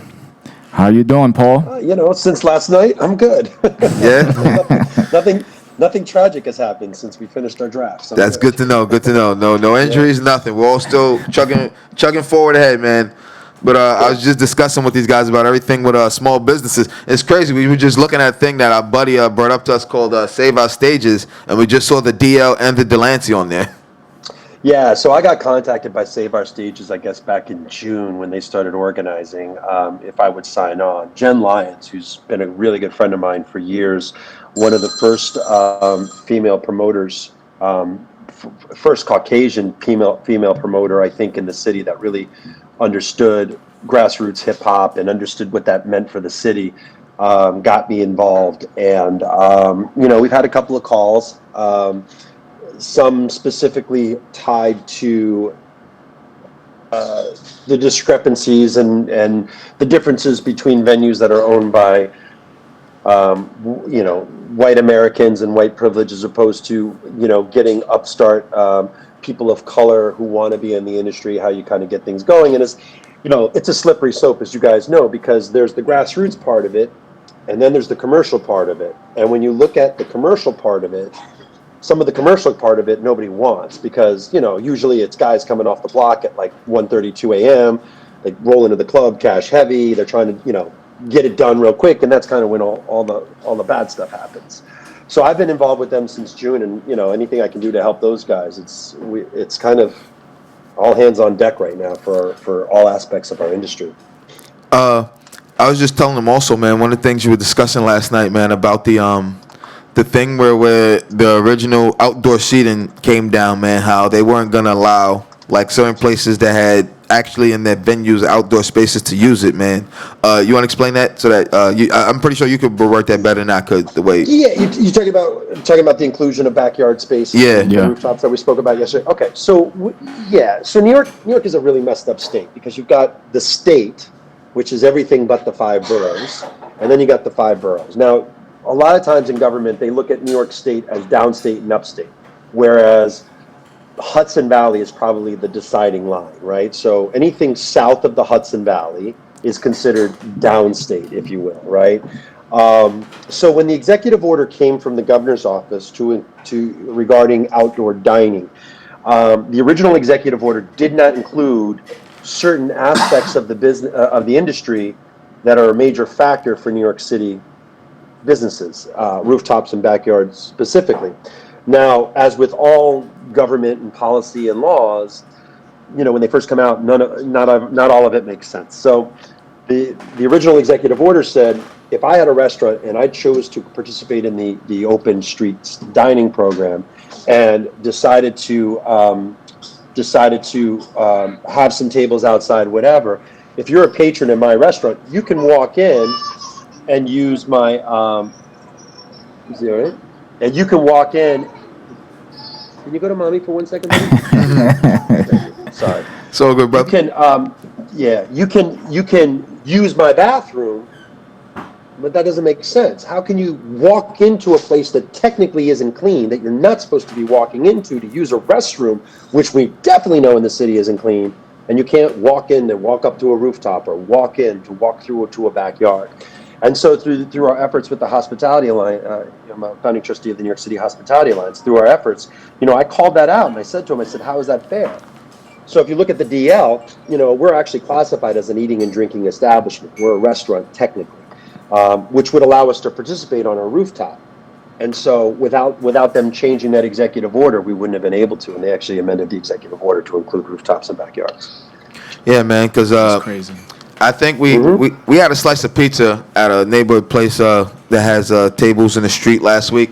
And even that, when that truck came by last week, I was like, so fucking close. That's a bit close. I was like, and we weren't, he's really like right there where he should be. And even sitting there, I was like, that is close. And I've told you when I've been in cabs or Uber or even when I was with T, and we turned the corner, these guys are so far out into the street, man. I'm like, yo, I would not be comfortable sitting there. Well, there's already been, I think, 2 or 3 incidences where vehicles have just kind of lost control and plowed into these people. Look, this is all well and good, and it would have been great if we actually considered this to be more plaza style than just random streets. But they didn't do that.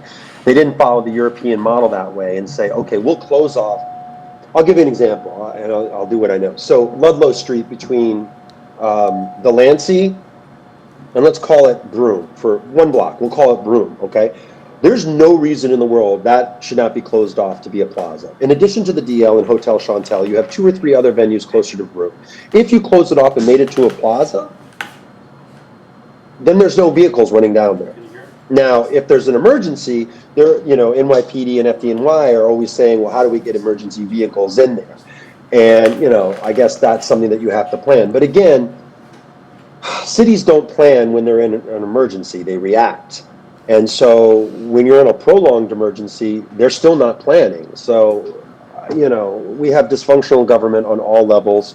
And, when you guys asked me what I thought about Cuomo last night, I'm torn. Cuomo's done a lot for our industry, but him keeping it closed has really just set people back a long way. And, Set people he's back. an authoritarian. Yeah, it's I mean, seeing how many places I've seen that are closed, man, when I see people updating on neighborhood spots I've been to maybe once or twice in other neighborhoods with buddies and they post it closed, they're not doing that great, man. Like, it's like, man, at what point are you going to realize, man, these aren't just, you're not hurting one or two people and owner closing this. This isn't the owner owns a business. Yet they have a payroll. They have people that work for them. They have families. These people have families. They have kids. They have sales bills. tax It's real trickled estate down tax and it all affects that stuff everyone. That's not coming. Yep, So absolutely. much stuff It's that this affecting affects landlords. that if you can't see it, man, that at this point, man, I don't get how, I don't get how it isn't seen yet how bad this is affecting everyone on board, bro. Because it affects everyone in the community where these places close, whether or not you lose their tax rate. There's so much that goes into this that places lose that people don't pay attention to. And even like when I watch shows like Kitchen Nightmares, a lot of these restaurant owners, they'll mortgage their house and put it up to keep the business open. So a lot of people have their homes tied to their businesses. So if the business is hurting, then they're not just losing money, they're going out on the street. So this shit is fucked up. Yeah, if you're an entrepreneur and in this industry, there's a very small percentage of people that maybe went to, Cornell or went to CIA or went to a major university or college that wanted to get into this business. A lot of us, people get into this business either for a change of pace, because they're passionate about something, because they feel like they're good at cooking or bartending, whatever it is, or they want to just socialize, or they've hosted a couple dinner parties. I mean, maybe why I got in the club business was because my high school parties were epic. I have no idea. I got the bug. So a lot of people just go in knee deep. I'm doing the same thing for my project upstate. It's a little bit different. It's a distillery. It's not like nightlife anymore. It's really centered around weddings and events and a small hotel and the whole bit. So it's a little bit different, but I'm seeking a lot of my personal, assets into that just to kind of get that going and get that open. I'll give you another something that's, I had a conversation with somebody about, it makes a lot of sense. We were talking about, knowing and not knowing. There's a lot of mom and pops out there that if Cuomo said today, you're not opening until 2021, you are giving them a lifeline to get out, because now they know. If they realize that 3 months they're not going to be able to survive, here are my keys, I'm out, I can't do this anymore, I am not going to last until we open. As opposed to not telling anybody, waiting on fictional data that he doesn't, that he's talking about in terms of compliance, and having these mom and pops throw good money after bad. And if it doesn't come until November or December, then where are they if they don't have the cash to continue? And their PPP is gone, and their EIDL is gone, and all of their loans that we're able to get, if they were able to get any at all. And I've been on several conversations with members of New York City Hospitality Alliance, and it's worse for people of color. It's much worse for people of color because a lot of them were denied some of these PPP loans and EIDL loans that the SBA and the government had for them on ridiculous things. If you're on a payment plan for income tax or for tax, they denied you. But if you're on a payment plan, they're getting the money. I don't understand. You've already worked that stuff out. It's already been done. That's ridiculous. It's ridiculous. It's ridiculous. Like I saw someone, I was reading somewhere, I saw someone share on Facebook that there's a venue, I want to say in Queens or somewhere, and the way their place is, like there's a vacant factory next to them, so they set up their outdoor on the curb, and they just took that space along the factory, not bothering anyone, but like the city came through and like hit them with a fine, and they were like, as a result of this, like they made it so arbitrary we have to close up and stay within the confines of our like storefront, which they said is only like 3 or 4 tables, and then like now we have to like let go of staff who we have brought back, who we don't know if they'll get the unemployment back. We have to let go of these people, and they're like, this is really stupid, arbitrary shit that doesn't affect anyone, but these are the things you people want to praise from these people, but these are also the type of shit they're using that's fucking us. That's crazy. Like I've seen like even like with like people like with the like how Cynthia was saying last night. I said, like, with the food, serving food to people, well, now you have to serve them alcohol. They have to have food to drink, and it's like people like the way they try to like get around it. We said, we were there last Thursday with Jack with assholes with the mask thing, man, and it's like, yo, like, people are just the way it's going, man, and it's like just to even try to stay in business, you have to deal with such assholes. With everyone knowing everything going on, if you're gonna go out, how can't you just simply comply with what you need to make that at least that part of life at this business easier? Yeah, I don't know. You're preaching to the converted on that one, Alonzo. I really don't know. I mean, when you get in the car, you can get pulled over for not wearing a seatbelt. What the fuck, people? I mean, who cares? If you don't, then don't go out. If you feel like it's infringing upon your rights, then throw a Rager in your backyard, but leave my business alone. Yeah, man. So, I really feel, man, for small business. 'Cause I know a lot of people who've gotten that, man. I knew people who said that they applied for the small loans and didn't get them, man, and are really still scraping by, like struggling to figure out how to get by, man. What I don't understand is how you go ahead and say bowling alleys are allowed to open, which bowling alleys, for lack of a better word, is nothing more than a bar. It's a bar. That's how they really make their business. They're not making their money on lane rentals and shoe rentals. They make their money on food and beverage. They drop their prices on those. They have those nice, weird little specials. You get an extra lane. You get this lane, buy one lane, get your shoe rentals free. They have those weird little deals so that they could bring you in for the alcohol and the food sales. Yeah, but bowling alleys were inherently disgusting to begin with. Like, yes, they are. Everybody's sharing the same fucking bowling How are you ball. how do you sanitize let's be honest here. I don't believe that little spray inside these shoes ever really worked. That's why I never loved bowling that much. Yeah, has anybody ever actually looked at that can and seen what it is? For all we know, it could just be mist. Yeah, it's little air. Water. We have no idea what that is. It's little Febreze. It's the You're right. It's the oxygen mask on an airplane. The plane's going down. What are you doing there? What's it going to do? Calm you, maybe? Yeah, that's what a lot of people remember in Fight Club. That's what they say, man. That's what he says. He said these people are being drugged. That's why everyone's smiling in the play card while they're doing it. You think you'd be smiling while you're going down? No, they're telling you they're drugging you. You get a sense of euphoria right before you crash. Probably not even O2. It's probably nitrous or something. Yeah, guys, just feel a little happy. We're sorry about this, all right? We tried to get you there safely. It's like, fuck, man. Yeah, man. I feel for you, man. I appreciate it. Look, it's a shit show any way you look at it. Hospitality is one of the. Look, we had more admissions than all of the New York City sports teams combined. We have more employees than Broadway. Our numbers are staggering. Our numbers are staggering in terms of what we can actually contribute to the economy. And you have to also look at it this way. Our numbers are already going to be reduced because our businesses are not around just for the 8.5 million New Yorkers. We service 65 million people that come through our city every single year. And with Broadway closed and with our country looking like a dumpster fire that it is, most self-respecting, aside from like the right-wing nationalists that are in Europe, foreign countries, most people aren't going to want to come here. They're just not going to want to come here. So you've destroyed now tourism for a city that just, used to live off of it. And a lot of people don't realize that. Yeah, I don't think people realize how much tourism. When I was explaining to you, like with the MTA fares, as much as I hate to admit it, man, I've never loved the MTA, man, but admitting that they've taken a hit is like you look at ridership being down on the commuter lines, Metro North and Long Island Railroad. You were giving away free buses for 3 or 4 months. Yeah. Then regular ridership on the trains were down 70, 80%, still isn't back up. Yeah, I don't know if you guys are old enough or were around to remember the 70s, but essentially New York City asked Gerald Ford for a bailout, and he flat out said no. The same thing's going to happen, and I think what you're going to have is you're going to have a generational gap between what we left before pre-COVID to getting back to some semblance of a normal society in our city. And it's generational. I hated Giuliani. I hated everything that he stood for. But if you think about how he cleaned up the city and what happened after he was gone, forget about his tactics. His tactics were wrong. They were Gestapo-esque, and he was absolutely Giuliani time.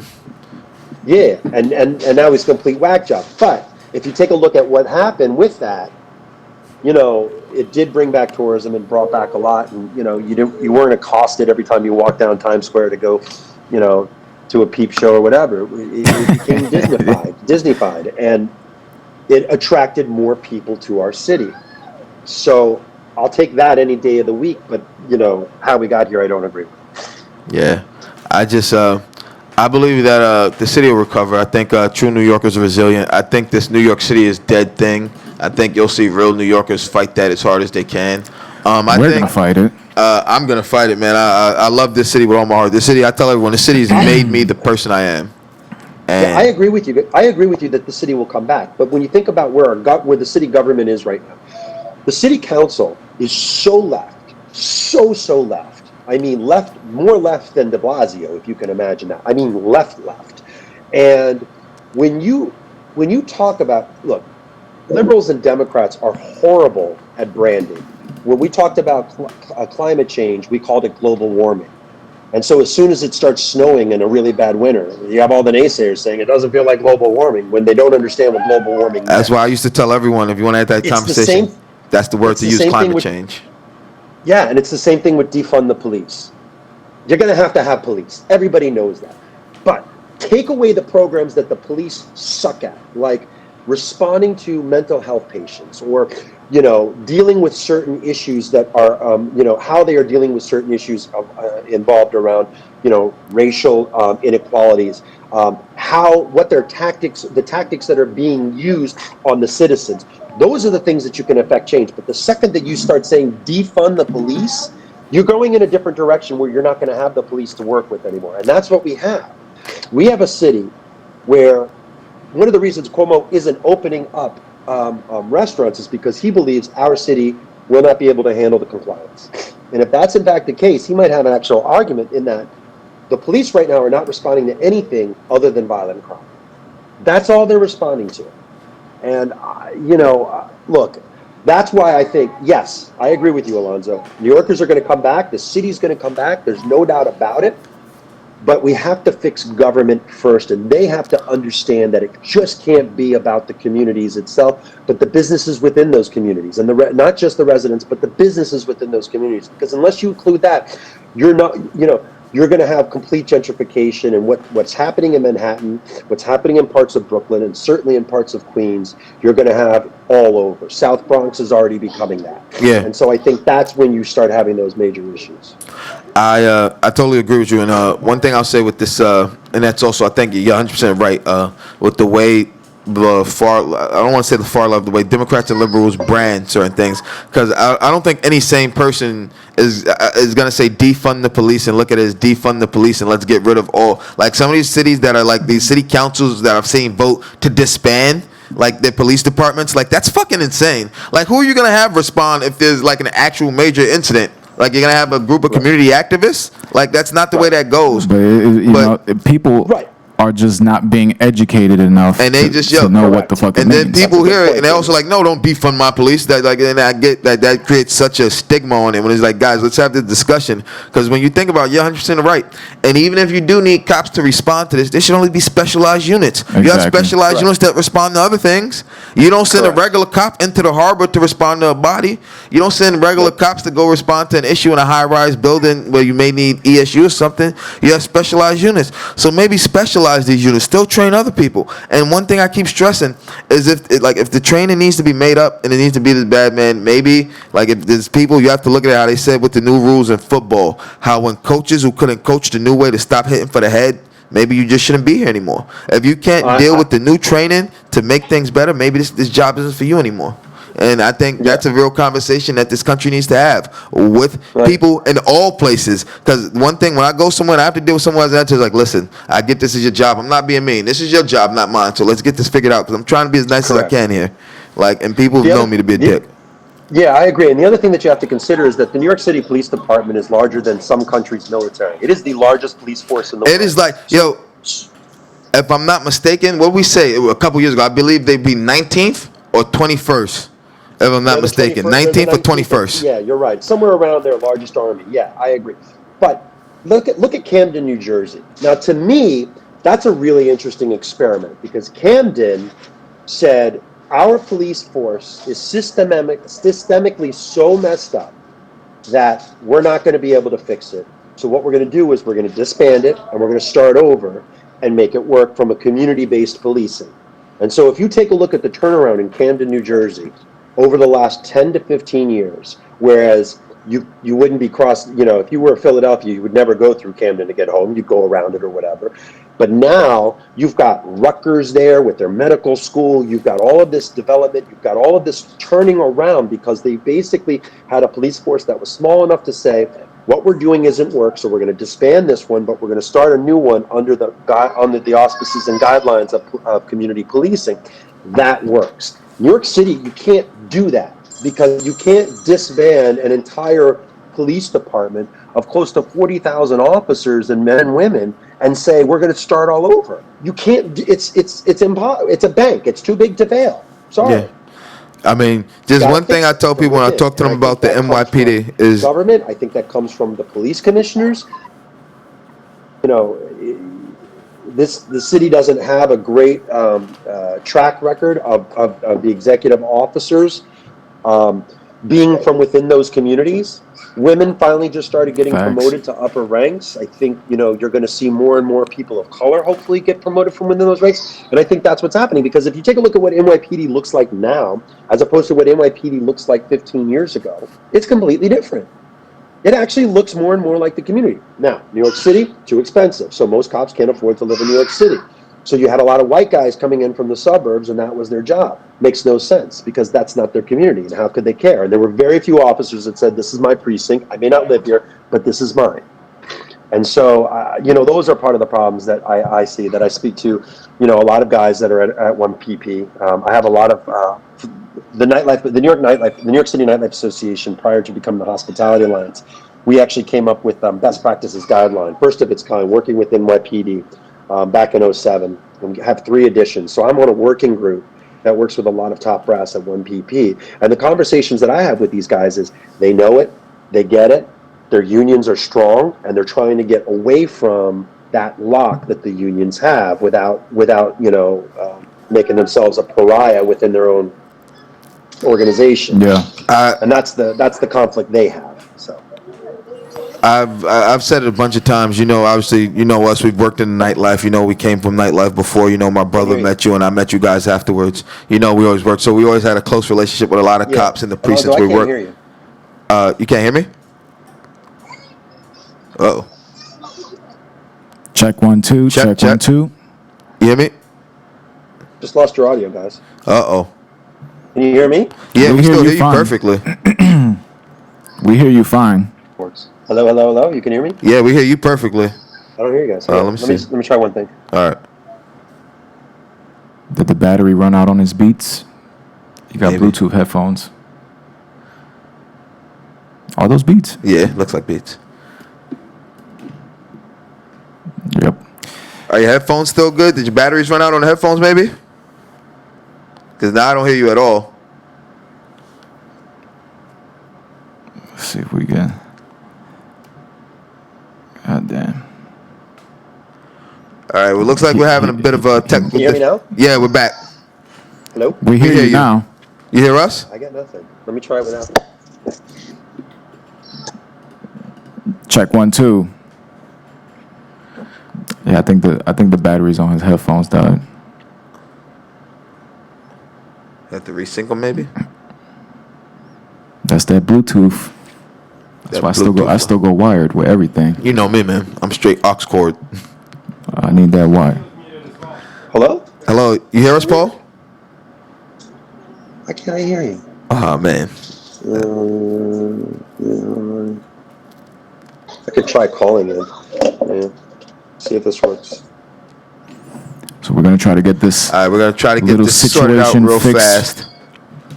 You gotta love technology. We got 15 minutes We left. get to watch this live on air. That was great. But you see how this is in the middle of a great conversation, Yeah. man. It's an amazing conversation.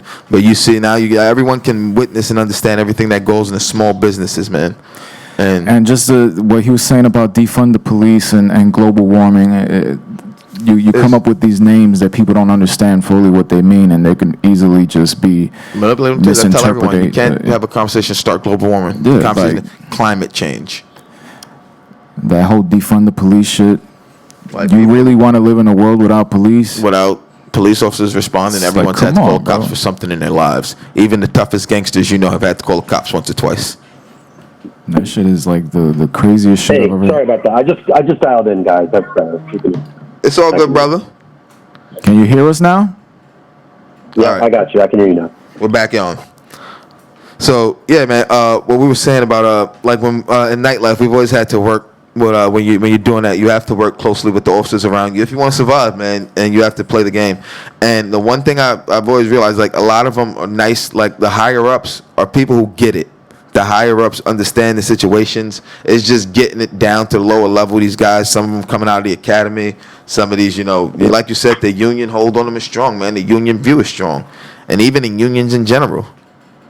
Yeah, you were actually talking about something that I think the city lost in one of the major budget cuts we've had over the last 10 years about specialized units. We had a cabaret unit in New York City, and the cabaret unit, was precinct specific. It was a lieutenant, it was 2 sergeants, and I think 9 guys or 10 guys.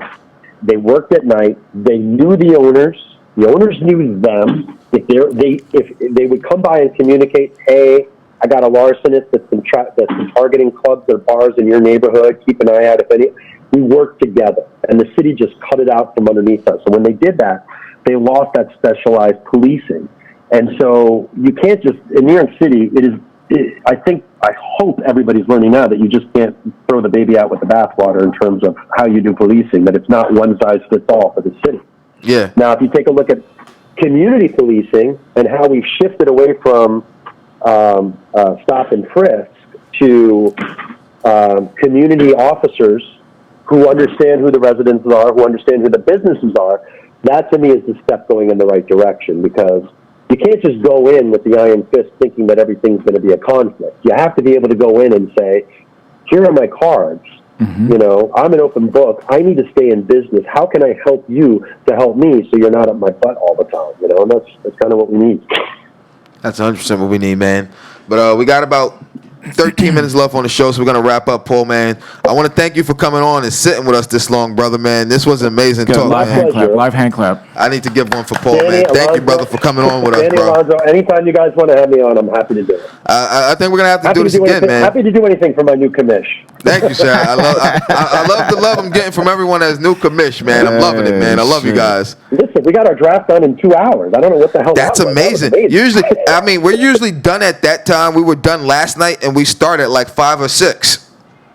Right. Yeah, would have been done. So, yeah. Anytime, guys. I'm happy to do it. Please let me know if I can ever be of assistance to you. Thank you, man. brother. Love you, bro. Thank you for coming on, man. We'll talk soon. Okay. That was fun. That was so fun, man. That was a great talk. That was 2 great talks, man. So there you just had my buddy Paul, who you saw affiliated with the Delancey and the DL, right on the Lower East Side. Has a couple of other things he's working on. And just a discussion about how small business is getting rocked right now, man, and why everything we're doing, why what we were working so hard here with 30 Days to Rock to help alleviate, some of the stress put on by people not getting these loans, this relief, or any of these things, how it all matters, man. Even you saw with Save Our Stages as we're rolling down that list, seeing venues that both myself and Roach have been to multiple times, just in this city alone, man. And look how big that list is. Like, I have memories on those stages. I have memories in some of those venues, man. I saw Amityville Music Hall. That used to be Ollie's Point. When I saw that, I'm like, why do I know the name of that? That's where you went on stage and... yeah, the intro. The long intro. Infamous intro. The infamous intro. The intro that will live in infamy. Yeah. I keep going with that one for a bit. That's what I was... Right before I went live, I was just imagining that shit. Remember when we did the pay-per-view back there? I was just like, oh, man, he's about to do another one of these 50-minute intros. Nah, man. It was clean, though. It was clean, man. Last time I didn't iron it out, man. I've gotten better at ironing out my thoughts, ironing out the wrinkles in my thoughts, so that I get Too many done pilsners that night. You know what it was? That was exactly what it was. Didn't they give you like the wristband? And because we were with you, they gave a couple of us, and we got like $2 beers. We got like $2-3 beers. Came in with the band. Yeah, man. I was like, yo, like. Was that the day? No, I don't think that was the day. Was that the day? No. The first time that I played there was when I walked in and they had fucking posters of my face all over the fucking venue, bro. Jeez. They had at least 150 posters up. That's crazy. Everywhere, bro. And I didn't make the graphic. That's what made me even more impressed. Like, I didn't even send them this graphic. They fucking made this graphic. That's wild. And it was one of the posters that I had in the room in the basement. It was the blue and black one that I had. Oh, I remember that one. But when I walked in there, bro, I ain't have to pay for nothing. It's like, and it wasn't even a great performance. It really wasn't. That's how it goes, It was man. choppy, bro. Very choppy. How it goes when you're an artiste. That's how it goes, isn't it? I remember I was with this girl. As soon as I get off stage, I'm like, "How was it?" He's like, "You could have did better." I said, "What?" I mean, that's why I tell you, man. Why I'm my own harshest critic, man. Like, before anyone can tell me, I didn't think you were that good. I'm like, I didn't think I was that good either, man. It's like, I mean, it's just sad to see all these places being affected by this. It's so sad, man. They're the heart and soul of New York. You know what's one of the things, man? A movie I'm not sure you know I love. I'm pretty sure I've mentioned it. Nick and Nora's Infinite Playlist. Yeah, I've seen it. That's one of my favorite movies. And I just think about one of my favorite things about that movie is the way it's actually like shot in New York, and it shows so much. And it's like such a those are like, I wasn't out at those venues during that time, but it's like a glimpse of what my life was like at those times, going out, hanging out to those late hours at these bars and shit. And it's just the music. I love the music, and that's the soundtrack to that shit. But it's just looking at that, man, and like seeing some of the venues like Arlene Grocery was in that. There was another one that I saw in there that was in that, man. Like, it's like these live music venues that are suffering, bro. These live venues that are hurting.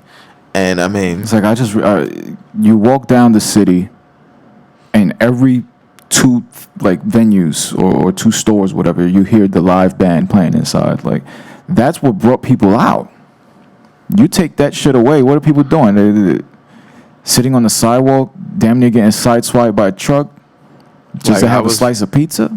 It's like even some of these places, man. Like, that's and that's a big appeal. Like the DL has down there, man. It's like if you want to go eat. Yeah, in the venue, they have the retractable roof.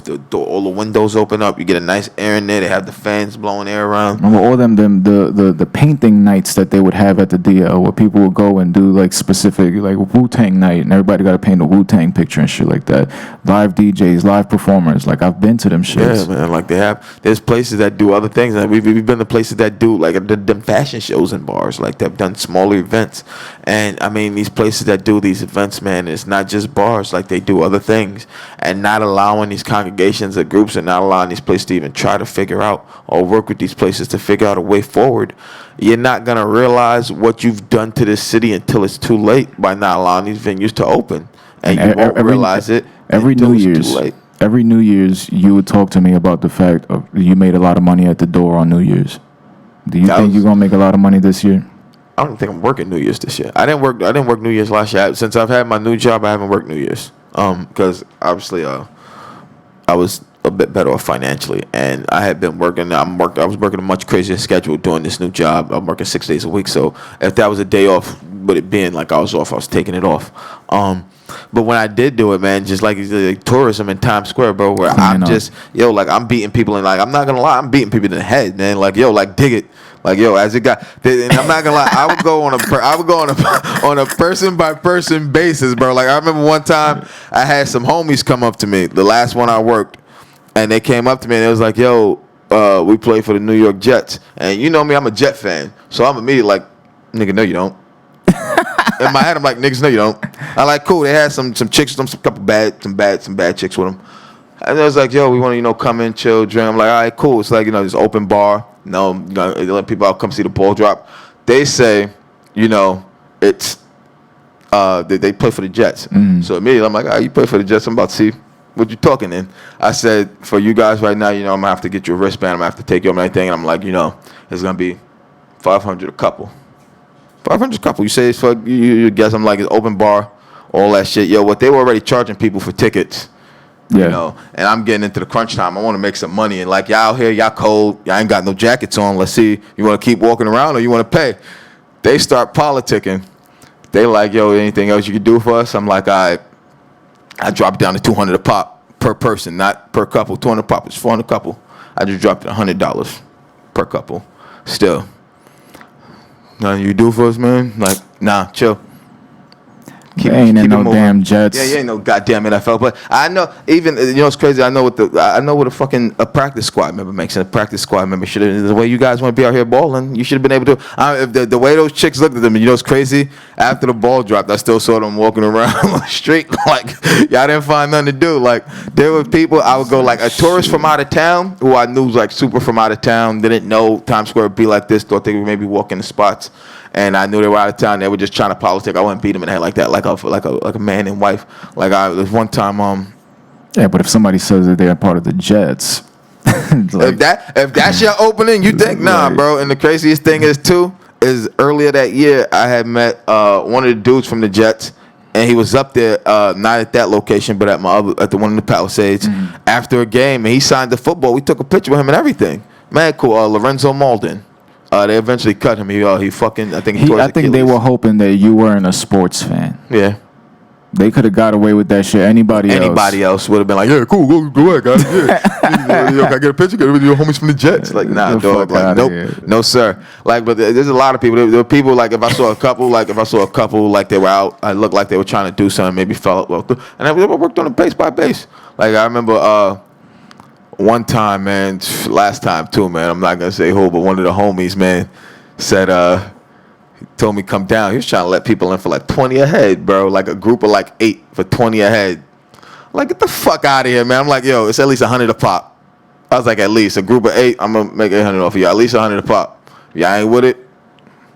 There we go. Like it's that simple, bro. Like I'm just stern. Like just like I used to say with the fake ID shit. When they ask me when I have to take the fake ID, is there any way we get an ID back? I was like, unfortunately, nah, man, I can't. You're not supposed to give it back. Nah, I would, but I wouldn't give it back until they mention the price. I want to hear it. Like they'd be like, yo, can I pay for it, man? What can I give you? Like I was like, unfortunately, nah. Pay like for this fake and I have to keep the stern. Unfortunately, I can't do it. Like people that had been in that situation with me knew already. Pay for my I was breaking ID. them down, man, and then like they get to like 200, 250, and it's like, all right, man, just give me a few minutes, and then I'll tell you where to meet me. Well, with that being said, this is another fantastic show. Another great episode of Good Morning Bushwick here at 30 Days to Rock.us. Here at First Live Studios, man. And we just want to remind everyone, we're gearing up for 30 Days to Rock Fall 2020. Starting September 22nd, going through December 21st. We're going to have a fucking fall festival here. 30 Days to Rock Part Deuce. If you need any information, you already know where to get it. You can go over to 30daystorock.us. We don't say .us. We say .us because it's us over here. We doing it together. You know what I'm saying, man? Us here, all us together at First Live Studio, 219 Central Avenue, Bushwick, Brooklyn, 11221. You already know the team is in the building, man. I feel like I'm signing off OD hard, like they have to, how they used to do it. Yo, we gonna ride out in the building. Yo, how we doing this, man? Yo, we gonna roll out my homie Danny, in the Let's control get a shot room. of Danny real quick. Yo, can we get one for Danny right now? We need a ride out shot for Danny. My homie Danny, vote, baby. That shit matters. We gonna be discussing that soon, man. You know, we got the whole structure set up. I feel like I'm riding out OD hard, like they looping me like this. They let me know I'm just gonna keep going here. I'm gonna keep going. I had my homie King Roach. He feeling the energy today. We had a great show today. You know, thank you to the big homie Vella, man. I love you, bro. Thank you to Paul for coming on, man. You guys already know you need anything Bud and Roach related. You just need to go over to budandroach.com. And if you want to follow Bud and Roach, I was trying to match the energy. If you want to follow Bud and Roach, man, just go right over to @Bud and Roach on Instagram. You can get everything you need, anything you need there, anything else. budandroach.com, baby. We out here. Yeah.